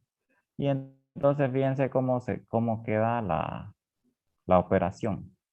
0,7. Aquí las columnas que le están llegando a este nudo son dos. Son esta de aquí, que viene de arriba, y son esta de acá. La misma columna que le llega también. Entonces son dos. Por eso acá 0,3. Y como les decía, ¿no? Estamos analizando solamente el plano del pórtico. Y para el plano del pórtico la altura es 40 centímetros. La base es 30. Eso porque acá me da pues las dimensiones, ¿no? Me dice que las columnas son de 30 por 40. Ahora fíjense, la longitud de la columna que viene por arriba a ese nudo es de 3,7 y la longitud de la columna que estamos analizando es de 6 a ese nudo, ¿no? Eso es importante porque aquí, pues, ¿no? Es inercia, que es base por altura al cubo sobre 12 por longitud, ¿no? O sobre longitud, digamos. Esto de aquí viene a ser la inercia. Y esto de aquí es la longitud. Lo mismo acá, ¿no? Inercia y longitud. ¿No? Esta 6 es analizando esta columna de acá y esta de 3,7 es analizando la de arriba. Fíjense, L 3,7 dice. No hay más columnas, no hay más, obviamente solamente esas dos. Ahora, vigas, ¿qué vigas le llegan? Solamente esta que está aquí, que tiene una base de 25 y una altura de 50. Esto también es la inercia, ¿no? Base por altura al cubo sobre 12 por la longitud, fíjense, la longitud es 6. Y bien, acá entonces nos da ese valor, 3,221. Las vigas de cuánto por cuánto, 30 por 50, 30 por 50 ya, acá yo creo que le puse 25, ¿no? Ya no se sabe 25 ya. Siempre la viga es base por altura ya, siempre. La viga siempre es base por altura. La que hay que identificar cuál es altura, cuál es base de la columna. Digamos. Y listo. Entonces con el valor de S de A infinito y con el valor de B de 3.221, lo que hacen ustedes es entrar al nomograma infinito y 3.221 por aquí, ¿no? Infinito y 3.221 y interceptan. No, está acá, bueno, aquí más o menos. Interceptan y de esa manera ustedes determinan el valor de K, ¿ya? El valor de K, que más o menos está por ahí. Con regla se hace eso igual, ¿ya? Para identificarlo. Con regla, más o menos está por aquí, ¿no? Y así de esa manera ustedes pueden identificar, fíjense que acá yo también el valor de K que identifiqué, creo que no está bien, pero ustedes van a comprobar eso, ¿ya? Si este valor de K está bien o no, porque como yo no lo hago con regla, bueno, no tengo regla, a veces no sé exactamente cuánto es, pero como recomendación ustedes pueden imprimir eso y hacerlo con regla, ¿no? Tanto para los diagramas de interacción como para los nomogramas, eso, ¿no? Y así de esta manera sería así que a usted le da una columna cuyos nudos no son con vínculos ideales, sino que son vigas que le llegan y columnas que le llegan a ese nudo. Bueno, así como ustedes vieron acá. Y determinado el valor de K, hacen todo lo mismo que hicimos en los anteriores ejercicios. El del T real, verifican si es columna corta, columna larga, y etcétera. Y hacen todo lo mismo. Es mecánico. ¿Ya? Listo, bien, entonces ahí vamos a quedar ya. Ahí vamos a quedar. Ya ustedes pueden ir realizando su práctico. Estos PDF yo se los voy a pasar al Classroom para que lo vayan estudiando y ya saben qué modificaciones van a hacer ya. Ya saben ustedes qué es lo que van a modificar. Ya, cualquier cosa yo les aviso al grupo.